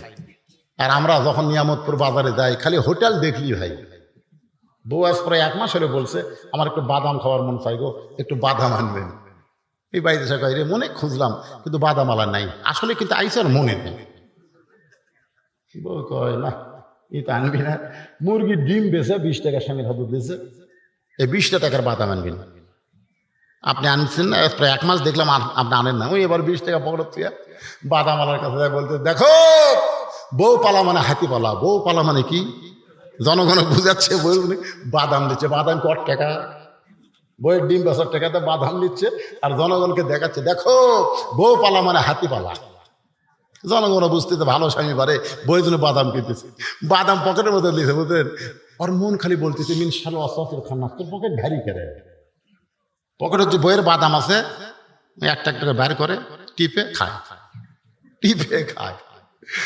সেই নিয়ামত থেকে আপনাকে এই হাজির আস্তে আস্তে বাদাম থাকে। বাড়ির কাছে হাত দিয়ে দেখি বাদাম নাই। হায় হাই না বইয়ের বাদাম রে, মনের ভুলে সব শেষ। এখন বাড়িতে গেলে তো মুখে বাদামের গন্ধ পাবে, ওই বড়ির পাতা খাইয়া ব্যথা করে বাইরে যায় খুবই খুঁজলাম গো, আজও বাদাম আনা নাই। এরকম সিটার মার্কা স্বামী আছে না নাই? জোরে করে আছে না নাই? আল্লাহ রাসূল বলেছেন তোমার বিবির জন্য হালাল পথে 1 টাকা খরচ করো, আল্লাহ রাস্তায় 17 টাকা 18 টাকা দান করা সওয়াব আল্লাহ তোমাকে দিয়ে দেবে। জোরে করে সুবহানাল্লাহ। নিজের বিবির জন্য খরচ করবেন। এত কঠিন গরমের মধ্যে চুলায় যারা ভাত পাক করে তাদের জন্য প্রতিদিনে 1টা করে ডাব, না পারলেও সপ্তাহে নিজের বউকে 1টা করে ডাব খিলাবে। নিজে কাটিয়ে গিলাসে ভরে তার বইয়ের সামনে নিয়ে দেবো, তুমি না খাওয়া পর্যন্ত আমার কলেজে শান্তি নেই।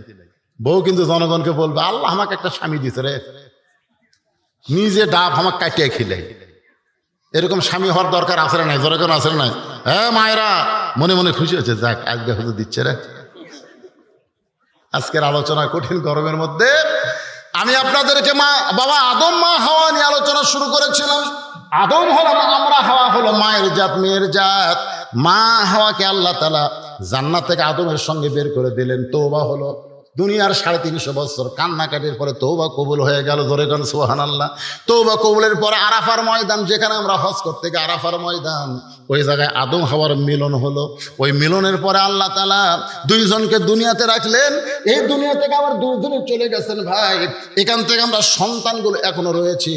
আমাদের সন্তানের মধ্যে হিন্দু আছে, বৌদ্ধ আছে, খ্রিস্টান আছে। আমাদের সন্তানের মধ্যে শ্রেষ্ঠ জাত হলো মুসলমান। এ কথা কে বলেছে? আরো জোরে গান কে বলেছে? আমাদের বাংলাদেশে ফরিদপুর মধুখালীতে হিন্দুদের মূর্তির মধ্যে কে যেন আগুন লাগায় দিছে। ওইটা হিন্দুরা সন্দেহ করে মুসলমানকে মারতে মারতে মারতে মারতে 3 জন মুসলমানকে তারা হত্যা করেছে। আজকে রাজশাহী জেলার সাধারণ হিন্দু পরিষদের সাধারণ সম্পাদক বলেছে এ পর্যন্ত 3টা মোল্লা মরল, আরও মোল্লা মারার দরকার আছে। জয় শ্রীরাম। এখন বলেন, যে বাংলার 94% মুসলমান, সেই বাংলাদেশে হিন্দুদের মন্দিরে কে আগুন লাগাইলো আর মুসলমানকে সন্দেহ করার পিটাই মারল। আজকে আবার দেখেন, আজকে আবার একটা হিন্দু ধরা পড়ছে। ওই হিন্দু গোপনে মূর্তির মধ্যে আগুন ঢুকিয়ে দেয়া ওই দোষটা মুসলমানের উপরে চাপানোর চেষ্টা করেছে। মুসলমান আমাদেরকে সতর্ক থাকতে হবে। যত ধর্মই পৃথিবীতে থাক, একটাও ধর্ম না, একটাই মাত্র ধর্ম। একথা আল্লাহ বলেছেন, ওমাইয়াবতাগি গয়রাল ইসলাম দীনান ফালা ইউকবালা মিনহু। ইসলাম ছাড়া অন্য কোনো ধর্ম আমি আল্লাহ কবুল করব না। একমাত্র কবুলযোগ্য ধর্মের নাম হলো, সবাই জোরে বলেন, নাম হলো ইসলাম। আমরা কিন্তু সবাই আদম সন্তান। যে ধর্মেরই হই না কেন, আমরা কার সন্তান? মা হাওয়া আদমের সন্তান। কিন্তু আল্লাহ তাআলা আমাদেরকে শ্রেষ্ঠের মধ্যে কবুল করেছে। আর শ্রেষ্ঠ সন্তান মুসলমান হয়ে ঘন্টার পর ঘন্টা আমরা কোরআনের মাহফিলে বসে আলোচনা শুনলাম। আল্লাহ বক্তার শ্রোতা সবাইকে আমল করার তৌফিক দান করুক। সকলে বলে আমিন। ফজরের নামাজ জামাতের সঙ্গে আল্লাহ আদায় করার তৌফিক দেখ। আজকে কঠিন গরমের মধ্যে যারা আওয়াজ শুনলেন, বাড়িতে যাওয়ার পরে আপনারা পেশাব করবেন না? পেশাব করার পরে আজকে ওযু করবেন, দেখবেন মনটা ফ্রেশ হবে। ঘুম যদিও 2-3 ঘন্টা কম হবে, ওই ঘুমের মধ্যে ঘুম জাগার ক্ষয় আল্লাহ পুরা করে দিবে।